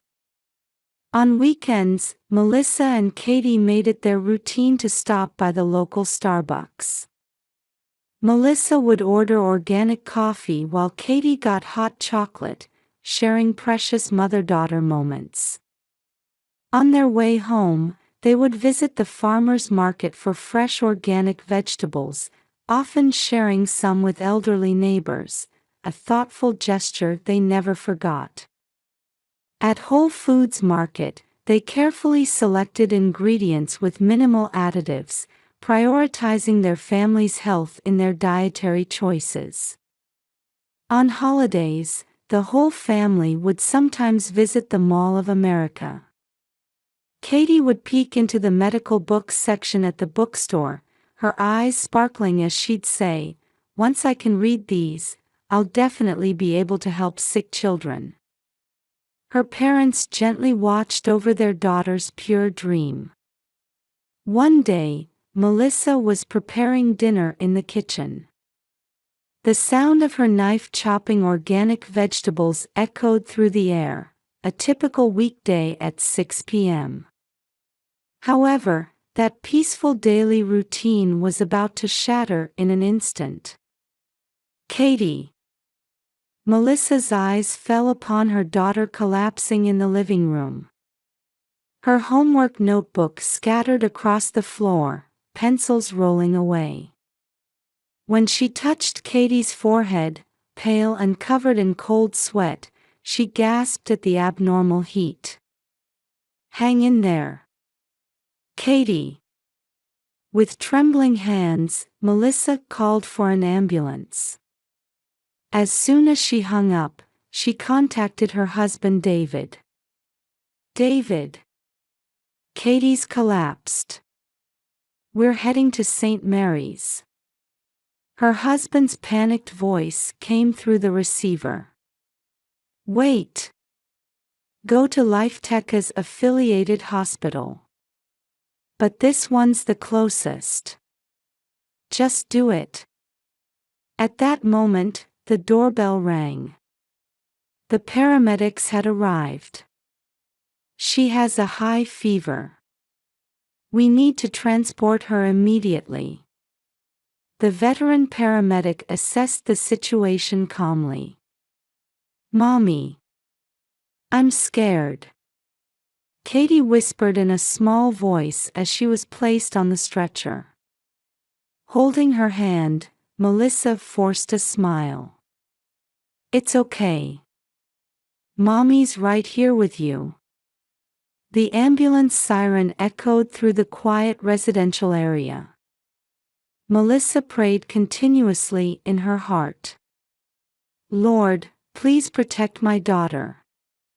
At St. Mary's General Hospital's emergency room, Dr. Roberts immediately began treatment. There's severe abdominal tenderness. We need a CT scan right away. In the treatment room, nurses efficiently prepared for the examination. At that moment, David, who had rushed to the hospital, was behaving strangely. Let's move her to another hospital. My company's. Mr. Parker, Dr. Roberts interrupted with a firm voice. Your daughter's condition is critical. We don't have time to move her. David's anxiety was evident. His usual composure had vanished, and beads of sweat dotted his forehead. Dr. Roberts's expression changed dramatically after seeing the CT results. Prepare for emergency surgery immediately. We suspect acute peritonitis. It's a race against time. In the hallway to the operating room, Katie showed an anxious expression. Mom, will I still be able to become a doctor? Of course. You'll definitely become a wonderful doctor. Melissa smiled strongly while holding back tears. The operating room doors closed, leaving a tense atmosphere. Even Dr. Roberts's usually calm expression showed deep concern. About 30 minutes into the surgery, the operating room door suddenly burst open. Stop the surgery. David had rushed into the operating room in his street shoes. He was nothing like his usual composed self as head of R&D. Dr. Roberts raised his voice sternly. This is an operating room. Leave immediately. But it was too late. The foreign object appeared on the screen. When David saw it, the blood drained from his face. The entire operating room fell into a heavy silence.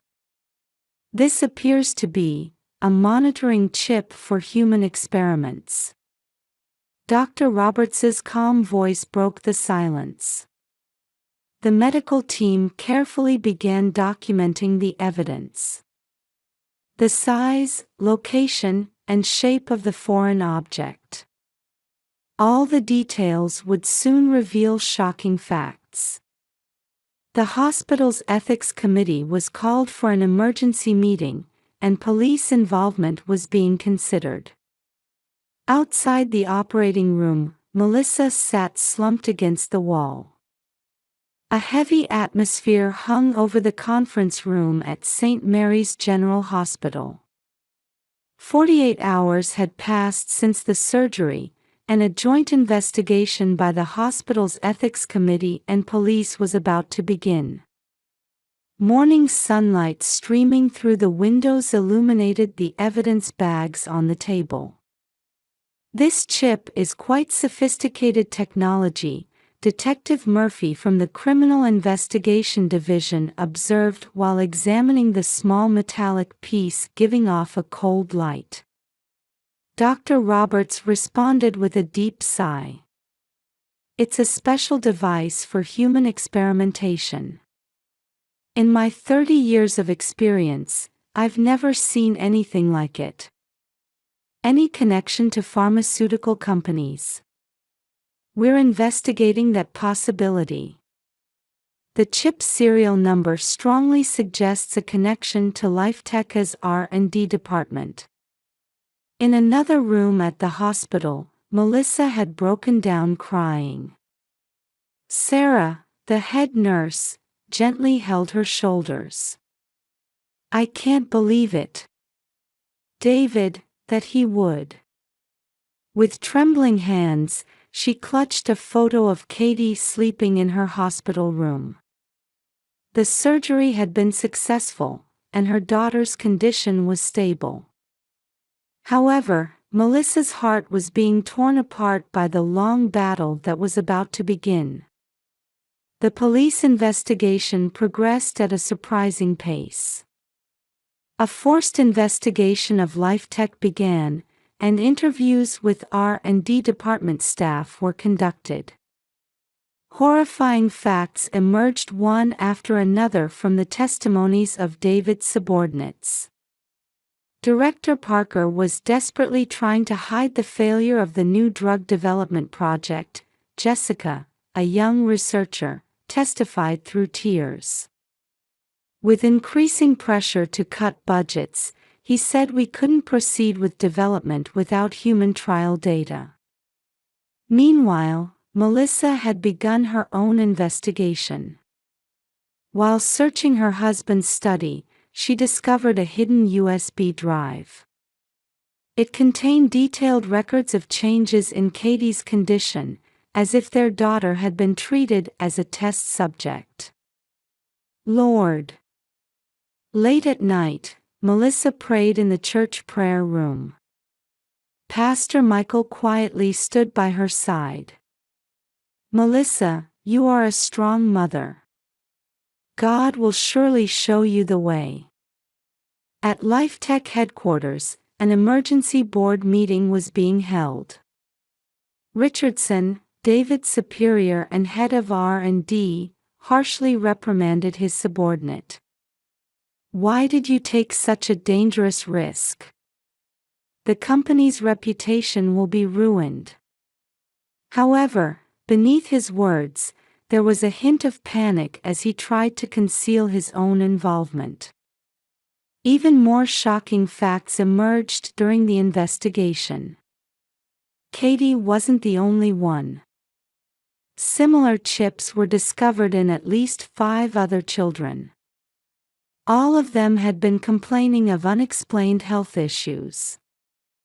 This is going to be huge, Detective Murphy told the public relations officer preparing for the press conference. It could become the biggest scandal in the pharmaceutical industry. David sat with slumped shoulders. His once dignified appearance was gone. Why did you put the chip in your daughter? In response to the detective's question, David began answering in a trembling voice. Research was everything to me.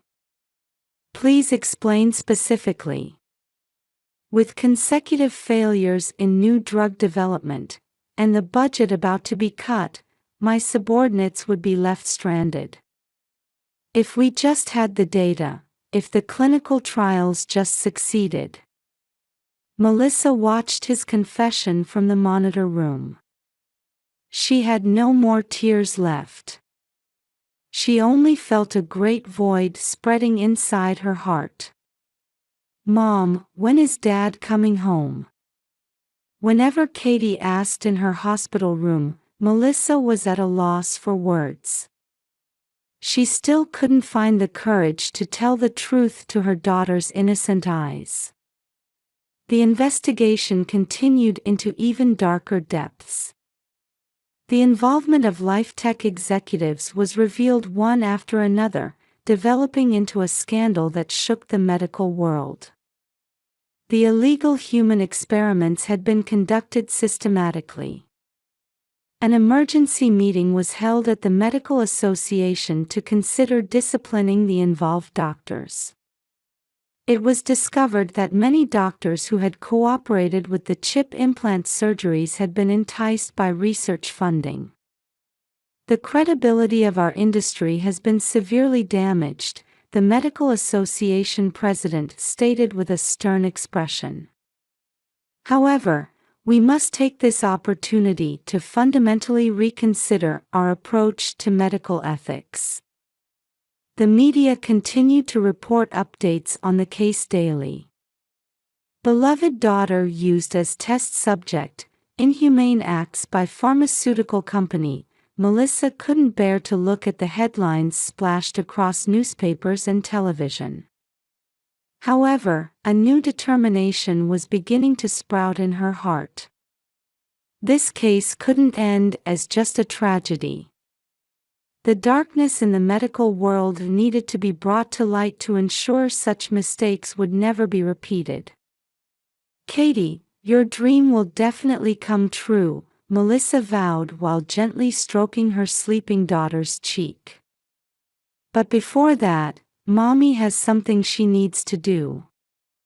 6 months after the case came to light, the trial day finally arrived. Many reporters packed the gallery, along with medical professionals and pharmaceutical industry representatives. In the front row sat Melissa's church members. Pastor Michael was quietly praying. Judge Sarah Watson entered the courtroom. With 30 years of experience, she was known as a specialist in medical litigation. Prosecutor James Morrison began his opening statement in a calm voice.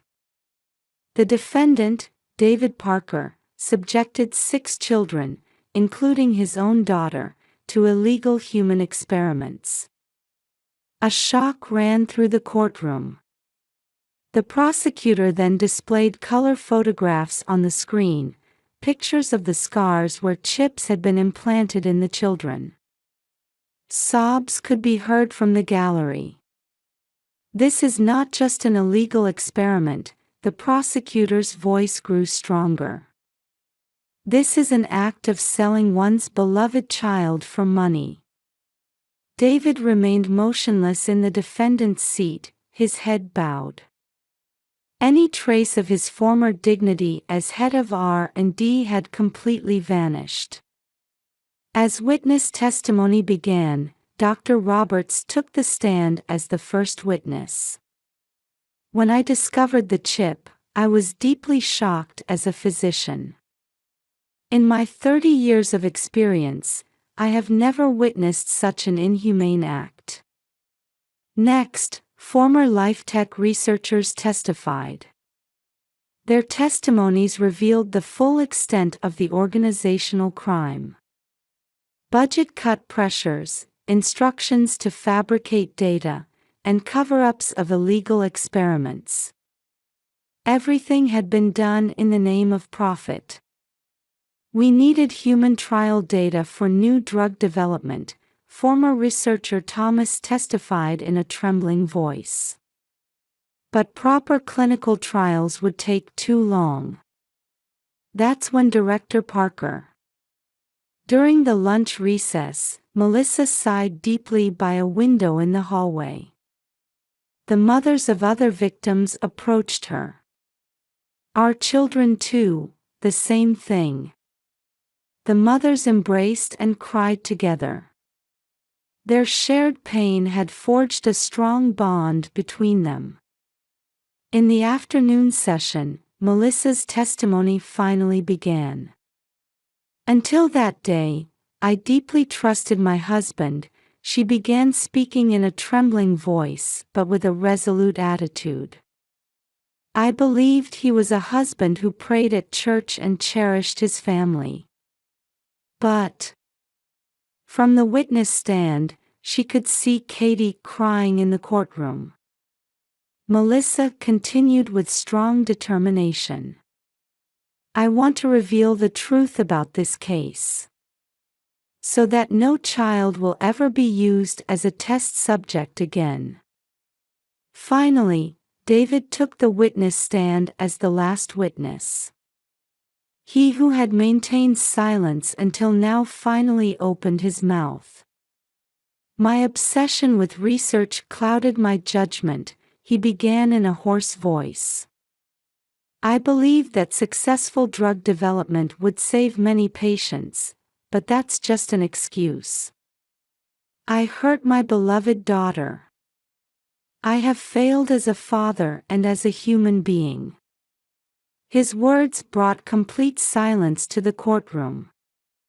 For the first time, Melissa felt her husband's genuine remorse. On the day of the verdict, the courtroom was packed with even more people. I hereby sentence the defendant David Parker to 7 years in prison, the judge's voice resonated heavily.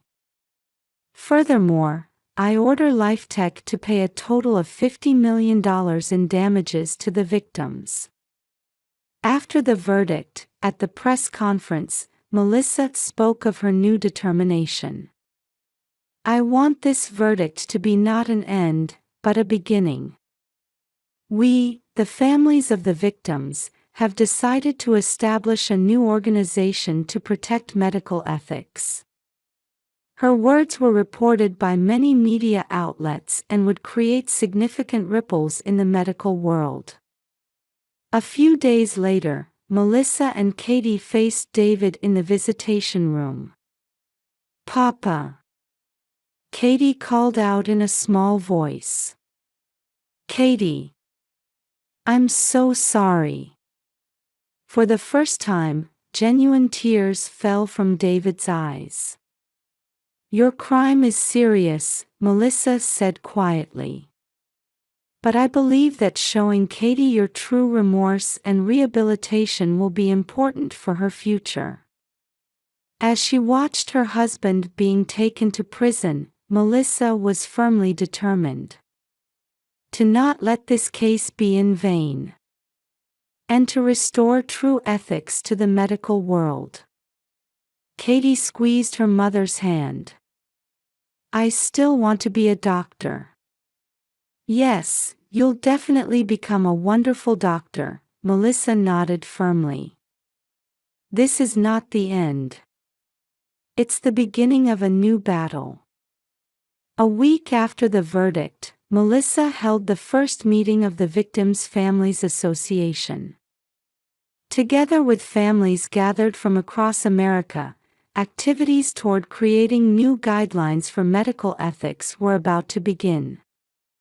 And at St. Mary's Hospital, learning from this case, a new ethics committee was established. Centered around Dr. Roberts, efforts to protect patients' rights were strengthened. Justice had been won. However, this was also the beginning of a new battle. For a better future in medicine, Melissa and others' fight would continue. 7 years later, morning sunlight streamed into the lecture hall at the University of Minnesota Medical School. The podium displayed the lecture title, Medical Ethics and Human Rights: Challenges Facing Modern Medicine. "My experience taught me what the medical world needs," Melissa Parker's voice was filled with conviction. "Protecting patients' rights. This isn't just a slogan. It's the earnest wish of each and every one of us."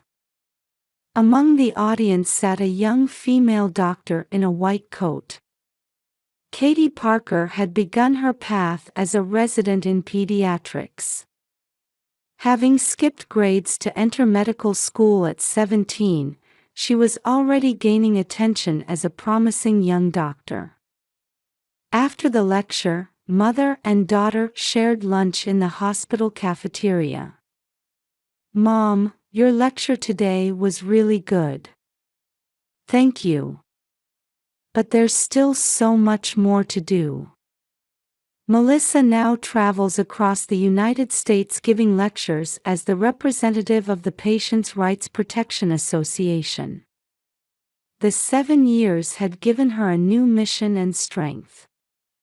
Oh, by the way, Dad's going to become an instructor for the prison rehabilitation program, Katie said. During his imprisonment, David had studied medical ethics and even earned a doctorate. After his release, he planned to engage in ethics education for young researchers, using his own mistakes as a lesson. So many things have changed since that incident, Melissa said, gazing out the window. Indeed, the medical world had transformed significantly.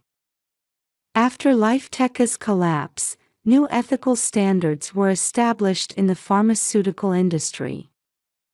All clinical trial data became strictly monitored by third-party organizations, and various systems were put in place to protect patients' rights. The lives of those involved in the incident had also changed dramatically.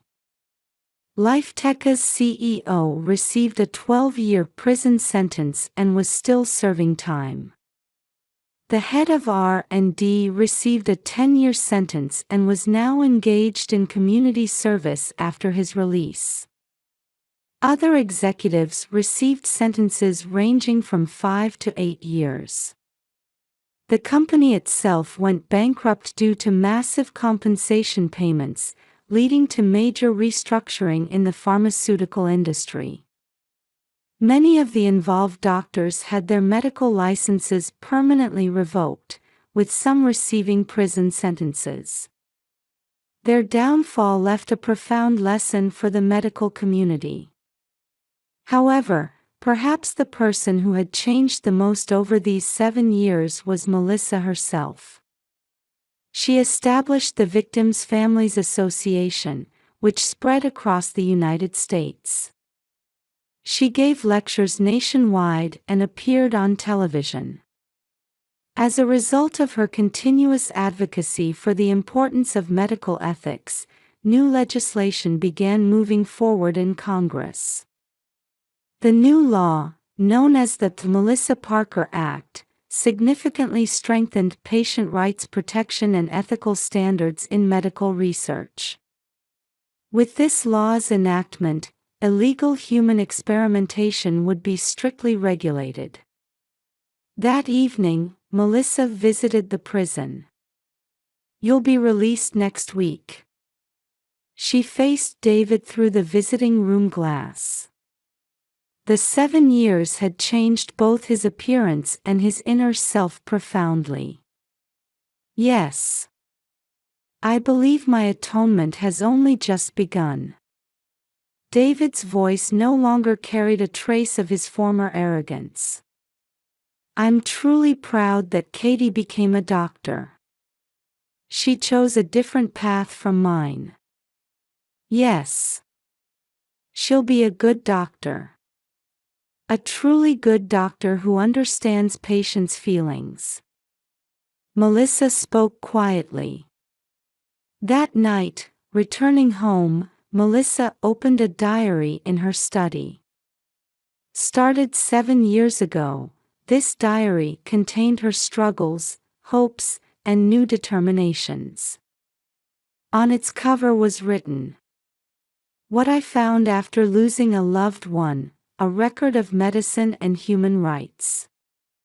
Next month, this diary would be published as a book. It tells the story of a mother's grief and the hope that emerged from it. On the weekend, Melissa and Katie stopped by Starbucks as usual. "Hey Mom," Katie said, holding her hot chocolate. "I've decided to specialize in treating children with particularly difficult illnesses in pediatrics. Because I understand how those children feel." Melissa saw deep determination in her daughter's eyes. There shone a strength to overcome past pain and create a new future. As she watched the sunset through the cafe window, Melissa smiled quietly, sensing the dawn of a new era. This story doesn't end here. A new chapter was just about to begin. That's right, Katie. I know you can do it. Mother and daughter held hands. Their challenge would continue tomorrow. For a better future in medicine. And to create a world where all patients' rights are protected. Outside, a gentle spring breeze was blowing.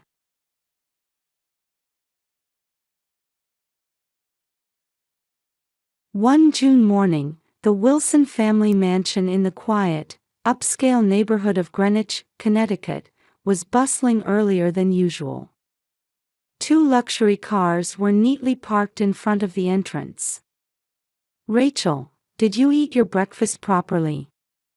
Patricia, with her graying short hair, called out to the pregnant woman sitting on the living room sofa. She was wearing an elegant designer dress. The pregnant woman was Rachel Wilson, her daughter-in-law. "Yes, I had decaf coffee and toast," Rachel answered, lightly brushing back her long brown hair. Despite being 8 months pregnant with a large belly, she maintained her gentle smile. Working as a real estate agent handling luxury properties, she looked perfect in her simple yet high-quality maternity dress. "Oh, is that all? You need to eat more. For the baby's sake." Patricia's words seemed warm on the surface. However, there appeared to be something cold and elusive lurking in her eyes. "Mom, is Tommy's lunch ready?" Jennifer, Patricia's daughter, came rushing down the stairs, her blonde bob swaying. Working part-time in an office job, she had returned to her parents' home with her 6-year-old son Tommy after her divorce 3 years ago. "Of course. I made yours too." Patricia stood up and pointed to 2 lunch boxes on the kitchen counter. "Thanks, but I have fertility treatment appointments after the gym today." Jennifer's voice trailed off. She suddenly fell silent, as if conscious of Rachel's presence. The air seemed to freeze for a moment. "Auntie." Breaking through the heavy atmosphere, Tommy's energetic voice echoed from upstairs. The lively boy with light brown hair ran up to Rachel. "Is the baby coming yet?" Tommy asked innocently. Rachel smiled gently and replied, "Soon. Maybe in about a month." Actually, starting today, Rachel was going to stay temporarily at her mother-in-law's house. This was because of renovation work at her new home, and because her husband Michael was away on a business trip to Seattle. Michael had achieved success as an executive at an IT company, earning over $150,000 annually. Their new home was being fitted with the latest smart home system, with everything from surveillance cameras to smart locks manageable through smartphones. Being thoughtful of his wife, he had made this arrangement out of concern for leaving Rachel alone during her pregnancy. However, Rachel had a slight uneasiness. The atmosphere in this house seemed to be gradually taking on a strange quality.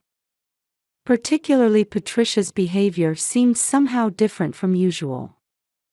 Though she was known for her dedication to charity work and leadership in the local women's association, this morning there seemed to be some other emotion lurking behind her smile. Rachel quietly sighed. With her high-risk pregnancy, she wanted to maintain peace of mind and body. Having experienced miscarriage before, her doctor had specifically advised her to rest. In the Wilsons' spacious living room, Rachel sat on the soft British-made sofa, reading a book about managing morning sickness. Her movements when turning pages were careful, mindful of her large belly, trying to move as little as possible. Occasionally, she would smile gently when feeling the baby move. From the kitchen came the sounds of Patricia preparing lunch. The sound of a knife chopping carrots, the aroma of simmering chicken soup. On the surface, it seemed like an ordinary peaceful domestic scene. "Rachel, lunch is chicken soup. I heard it's good for morning sickness." Patricia's voice carried an oddly emphasized kindness, like a veil hiding her true emotions. "Thank you, Patricia. I'm sorry for the trouble." "Don't worry about it. You're nurturing a precious life right now." There was a hint of sarcasm in the last part of those words. Rachel felt a chill run down her spine for a moment, but she told herself she was reading too much into it. Jennifer was vacuuming. The somewhat aggressive noise echoed throughout the room, seeming to grate on nerves more than necessary. Her movements seemed frantic, pushing the vacuum more roughly than usual. The occasional glances she cast toward Rachel contained inexplicable emotions. From upstairs came the occasional sound of Tommy playing. The innocent childlike sounds seemed to create a discordant note in this strange atmosphere. "Rachel, are you feeling all right?" Patricia appeared in the living room again. In her hand was an unused dishcloth. It was unthinkable for her, usually so particular about cleanliness, to bring a kitchen cloth into the living room. "Yes, I'm fine. Just a little." Before Rachel could finish her sentence, heavy footsteps began thundering from upstairs. The thump-thump sound came down the stairs. Patricia froze for a moment, and Jennifer turned off the vacuum. "Auntie!" Tommy's voice rang out. As he ran down the stairs, he headed straight for Rachel. His expression showed an unusual excitement, different from his normal innocence. "The baby? Is it coming yet? When will it come out?" Firing questions in rapid succession, Tommy approached Rachel's belly. Normally, Patricia or Jennifer would have stopped such behavior. However, both women were watching the scene with an eerily quiet demeanor. "Hey, it's going to be my cousin, right? I can't wait to meet them." Tommy's voice grew increasingly excited. Rachel felt uneasy and tried to close her book and stand up. However, due to her large belly, her movements were much slower than usual. "Tommy, be careful." Before Rachel's warning could sound, the situation suddenly changed. Tommy suddenly jumped forcefully onto the sofa. "Baby, come out now." Shouting energetically, Tommy leaped toward Rachel's belly. Rachel screamed. After a sharp pain, she felt warm liquid flowing. Her water had broken. The blood drained from Rachel's face. But even more shocking was Patricia and Jennifer's reaction at that moment. Both of them simultaneously began to show eerie smiles. "Oh my, how unfortunate," Patricia's voice carried obvious artifice. "The baby might really come out now." Jennifer wore a chilling smile. Neither of them made any move to help Rachel. Though Tommy was laughing at first, he soon seemed to sense the abnormality of the situation and began to show a confused expression. "Auntie, are you okay?" Tommy raised his voice in genuine concern. However, seeing his mother Jennifer's abnormal laughter deepened his confusion. Struck by severe abdominal pain, Rachel desperately reached for her handbag. Muttering, "Michael, ambulance." She searched for her smartphone. However, before her hand could reach the phone, Jennifer quickly approached. "You won't be needing this." With Jennifer's cold voice, Rachel's smartphone was thrown against the wall, shattering with a crash. The sound was like Rachel's hopes being shattered to pieces. "We won't let you contact anyone," Patricia's voice rang out, cold as ice. "How dare you try to give birth in this house?" Her voice erupted with emotions long suppressed. A young, healthy woman getting pregnant so easily. Patricia's eyes had now completely lost their reason. Rachel collapsed to the floor, feeling the hopelessness of the situation along with increasing contractions. She couldn't call for help. She had no allies. Her baby's safety was threatened. Patricia and Jennifer surrounded the fallen Rachel, wearing sinister smiles. In the corner of the room, Tommy was crying with a frightened expression. The cold air blowing from the air conditioner now felt like icy needles against Rachel's skin. The sunlight filtering through the curtains seemed like light from another world.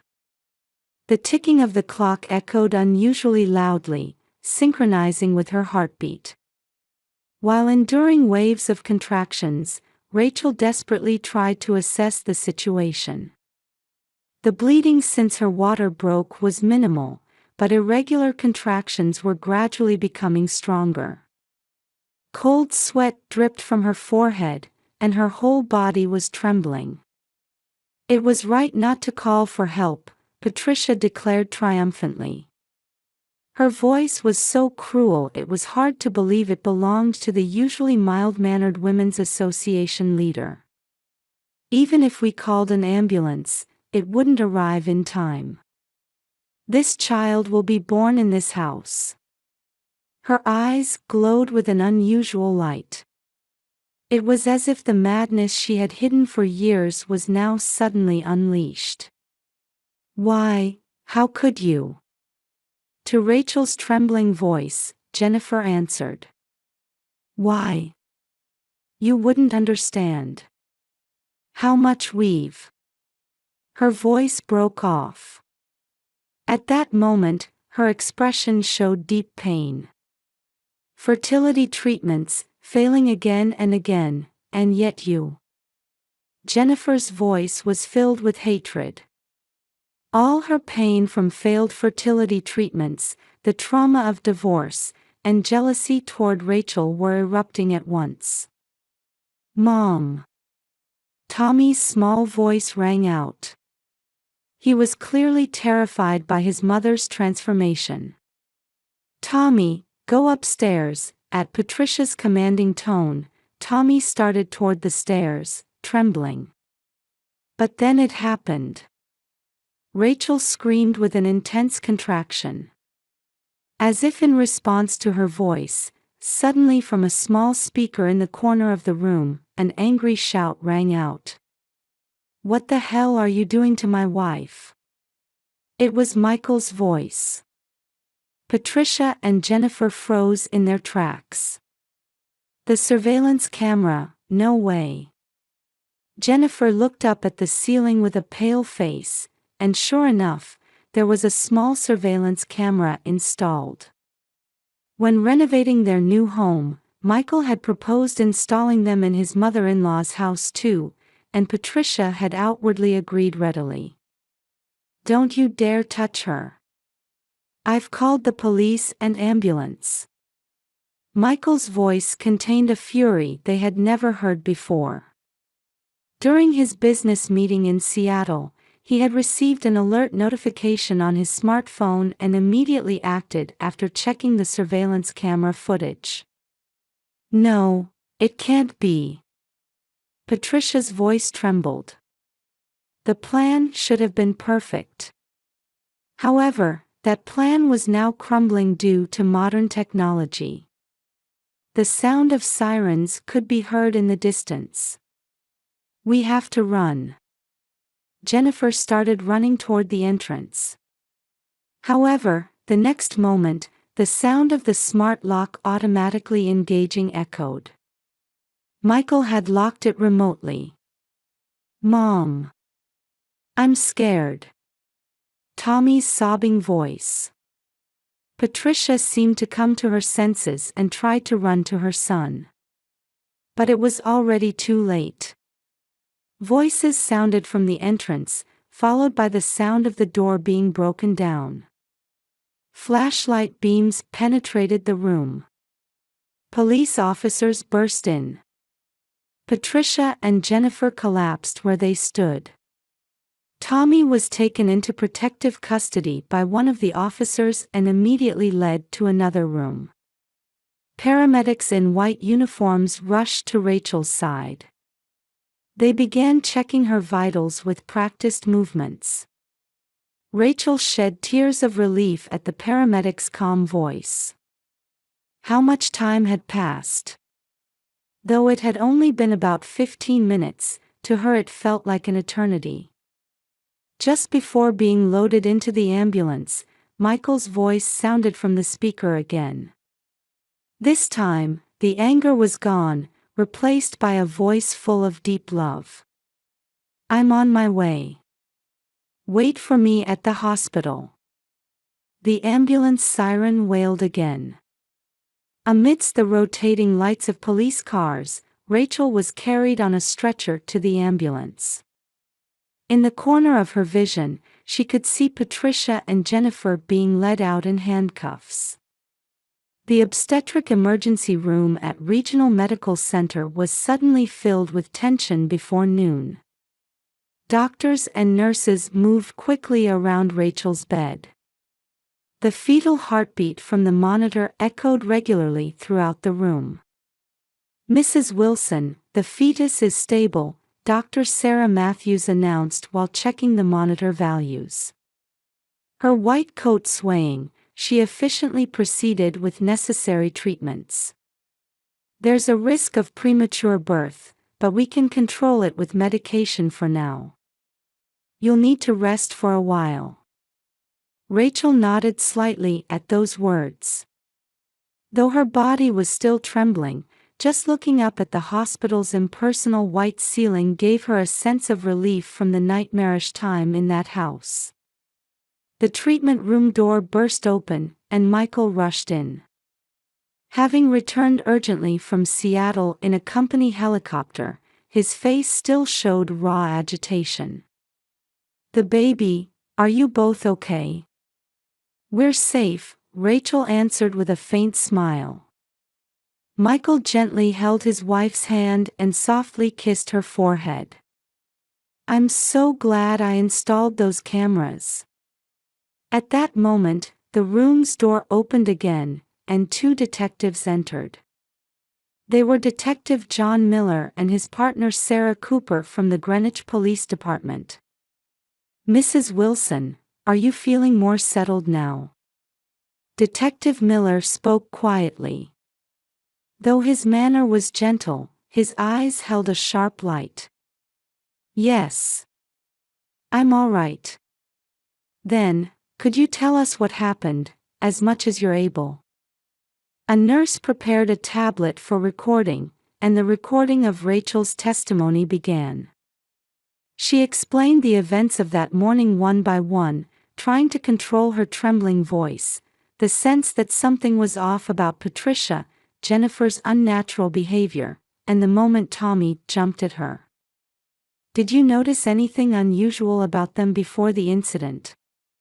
Detective Cooper continued questioning while taking notes in her specialized notebook. "Yes, especially recently, Patricia's behavior had changed." Rachel recalled one by one the small oddities she had noticed. Subtle sarcastic remarks, subtle changes in expression, unnatural attentiveness. Looking back now, they were all clear warning signs. Meanwhile, at the Greenwich Police Department, the investigation of the scene was proceeding rapidly. "We've secured the surveillance camera footage," a young police officer, along with a digital equipment specialist, was analyzing the footage recorded by the cameras. Patricia and Jennifer's conversations, unnatural movements, and the entire incident were clearly recorded.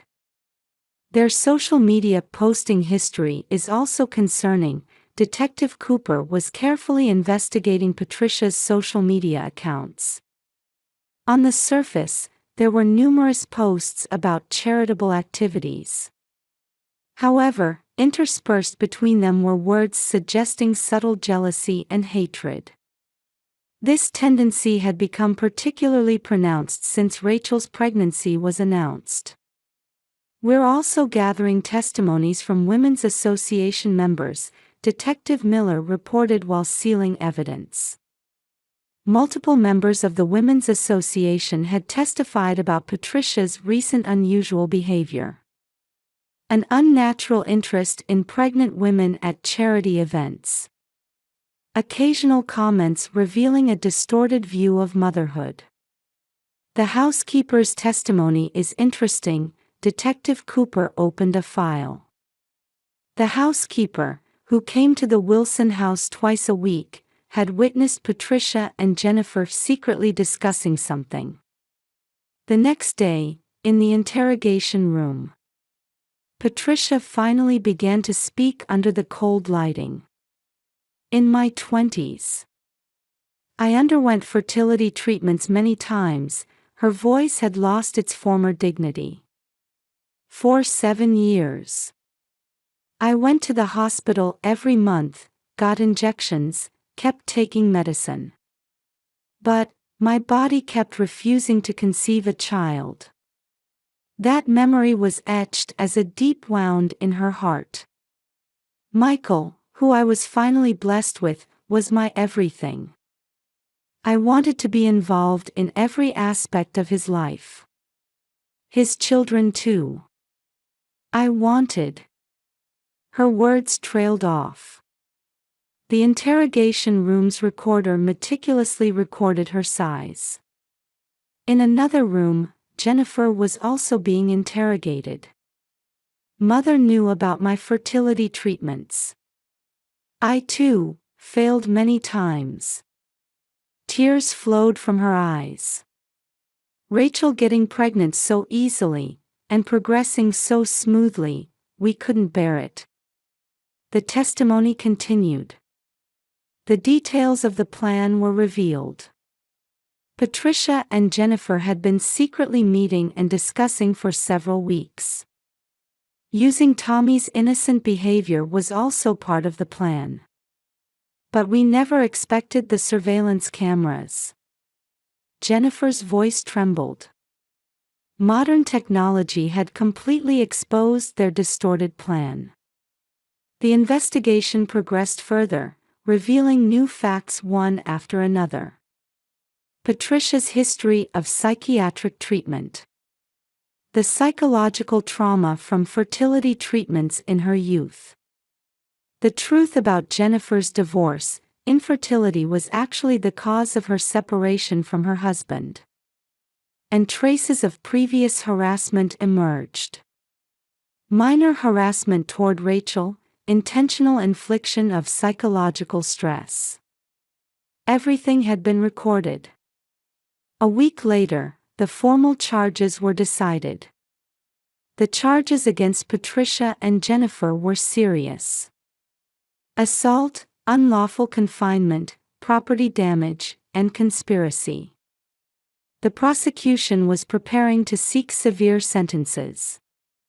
The bail application has been denied, Detective Miller reported to Rachel, who was recovering in the hospital.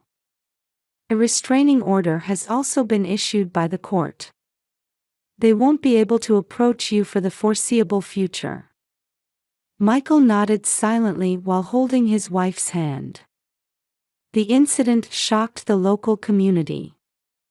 The Women's Association held an emergency meeting and decided to dismiss Patricia from her position as chairwoman. The local community continued to discuss the incident repeatedly. A particularly difficult issue was Tommy's custody. As his mother Jennifer faced the possibility of a prison sentence, Discussions including the Child Welfare Department had begun about his guardianship. In a hospital room, Rachel gazed out the window. The summer sunlight still shone warmly as before. The baby in her womb had survived the events of that day and continued to grow healthily. "We'll think about the future one step at a time," Michael said, and Rachel quietly nodded. This incident had posed deep questions about the nature of family to them. What are true family bonds that transcend hatred and obsession? Finding that answer wouldn't be easy. Still, they had to move forward one step at a time. 3 months after the incident, Rachel sat in a rocking chair, gently gazing at her baby dozing in her arms. Emma had been born right on schedule and was growing beautifully. She had sculpted, delicate features, black eyes like Michael's, and soft hairline like Rachel's. "She really is an angel," Michael said, gently kissing his daughter's cheek after returning from work. Since Emma's birth, he had made a point of limiting overtime and trying to return home as early as possible. He had even changed all his Seattle business trips to online meetings. Soft evening sunlight streamed into the living room of their new home. The smart home system was still in place, but now it served purely for security. Photos celebrating Emma's birth adorned the walls, and baby shower gifts lined the shelves. A peaceful domestic atmosphere enveloped the entire room. Meanwhile, Patricia's life had undergone significant changes. At trial, taking into account mitigating circumstances, she received a 3-year suspended sentence. Naturally, she was asked to resign from her position as chairwoman of the Women's Association. Once a star of the social scene, she now lived a reclusive life at home. However, the therapy she had begun on her psychiatrist's recommendation was slowly showing results. The trauma of fertility treatments she had carried for years and her obsession with a distorted sense of motherhood, she was now facing these issues head-on. "Another letter came from your mother," Rachel told Michael one evening. Patricia's letters of apology arrived almost weekly. However, feeling not yet emotionally ready, Rachel kept them unopened in a special box. Jennifer's prison sentence was heavier than expected. 1 year in prison. The judge cited the premeditated nature of the crime and insufficient remorse. However, this became an opportunity for her to reassess her life. In the prison counseling program, Jennifer had begun confronting her issues. Her obsession with fertility treatments, dependence on her mother, and twisted jealousy. She was slowly beginning to understand how these had driven her to the edge. Tommy's situation became the most complex issue. "I want to meet baby Emma." Tommy would occasionally say such things during his child psychology counseling sessions. He was now living with his paternal grandmother. He looked forward to his monthly supervised visits with Rachel, permitted under child welfare supervision. "Tommy, Emma is your cousin. There will definitely come a day when you can meet her," Rachel had promised Tommy. His pure eyes held no guilt. It was the adult's responsibility to minimize the impact of the incident and watch over his healthy development. Time passed, and Emma's first birthday was approaching. "What should we do about the party preparations?" Michael carefully asked Rachel. This was more than just a consultation about a birthday party. Should they take a step toward mending relationships, or was it still too soon? Rachel thought deeply. Certainly, the terror of that day wouldn't easily fade. However, harboring hatred forever wouldn't be good for Emma either. Let's invite Tommy. And I think I'll write a reply to Patricia's letters. Michael quietly nodded at her decision. It was a path that needed to be taken carefully and gradually. They would rebuild relationships step by step, with professional support. Creating a new family dynamic isn't easy. However, every time Rachel saw Emma's smile, she felt certain. Letting go of hatred and choosing the path of understanding and forgiveness was the true victory. Outside the window, the autumn twilight was deepening. Emma reached out her tiny hand to touch Rachel's cheek. Michael smiled gently at the gesture. With the beginning of a new season, a new chapter in the Wilson family story was quietly opening. Though they might sometimes get hurt and stumble, the story of this family, bound by genuine bonds, would continue on.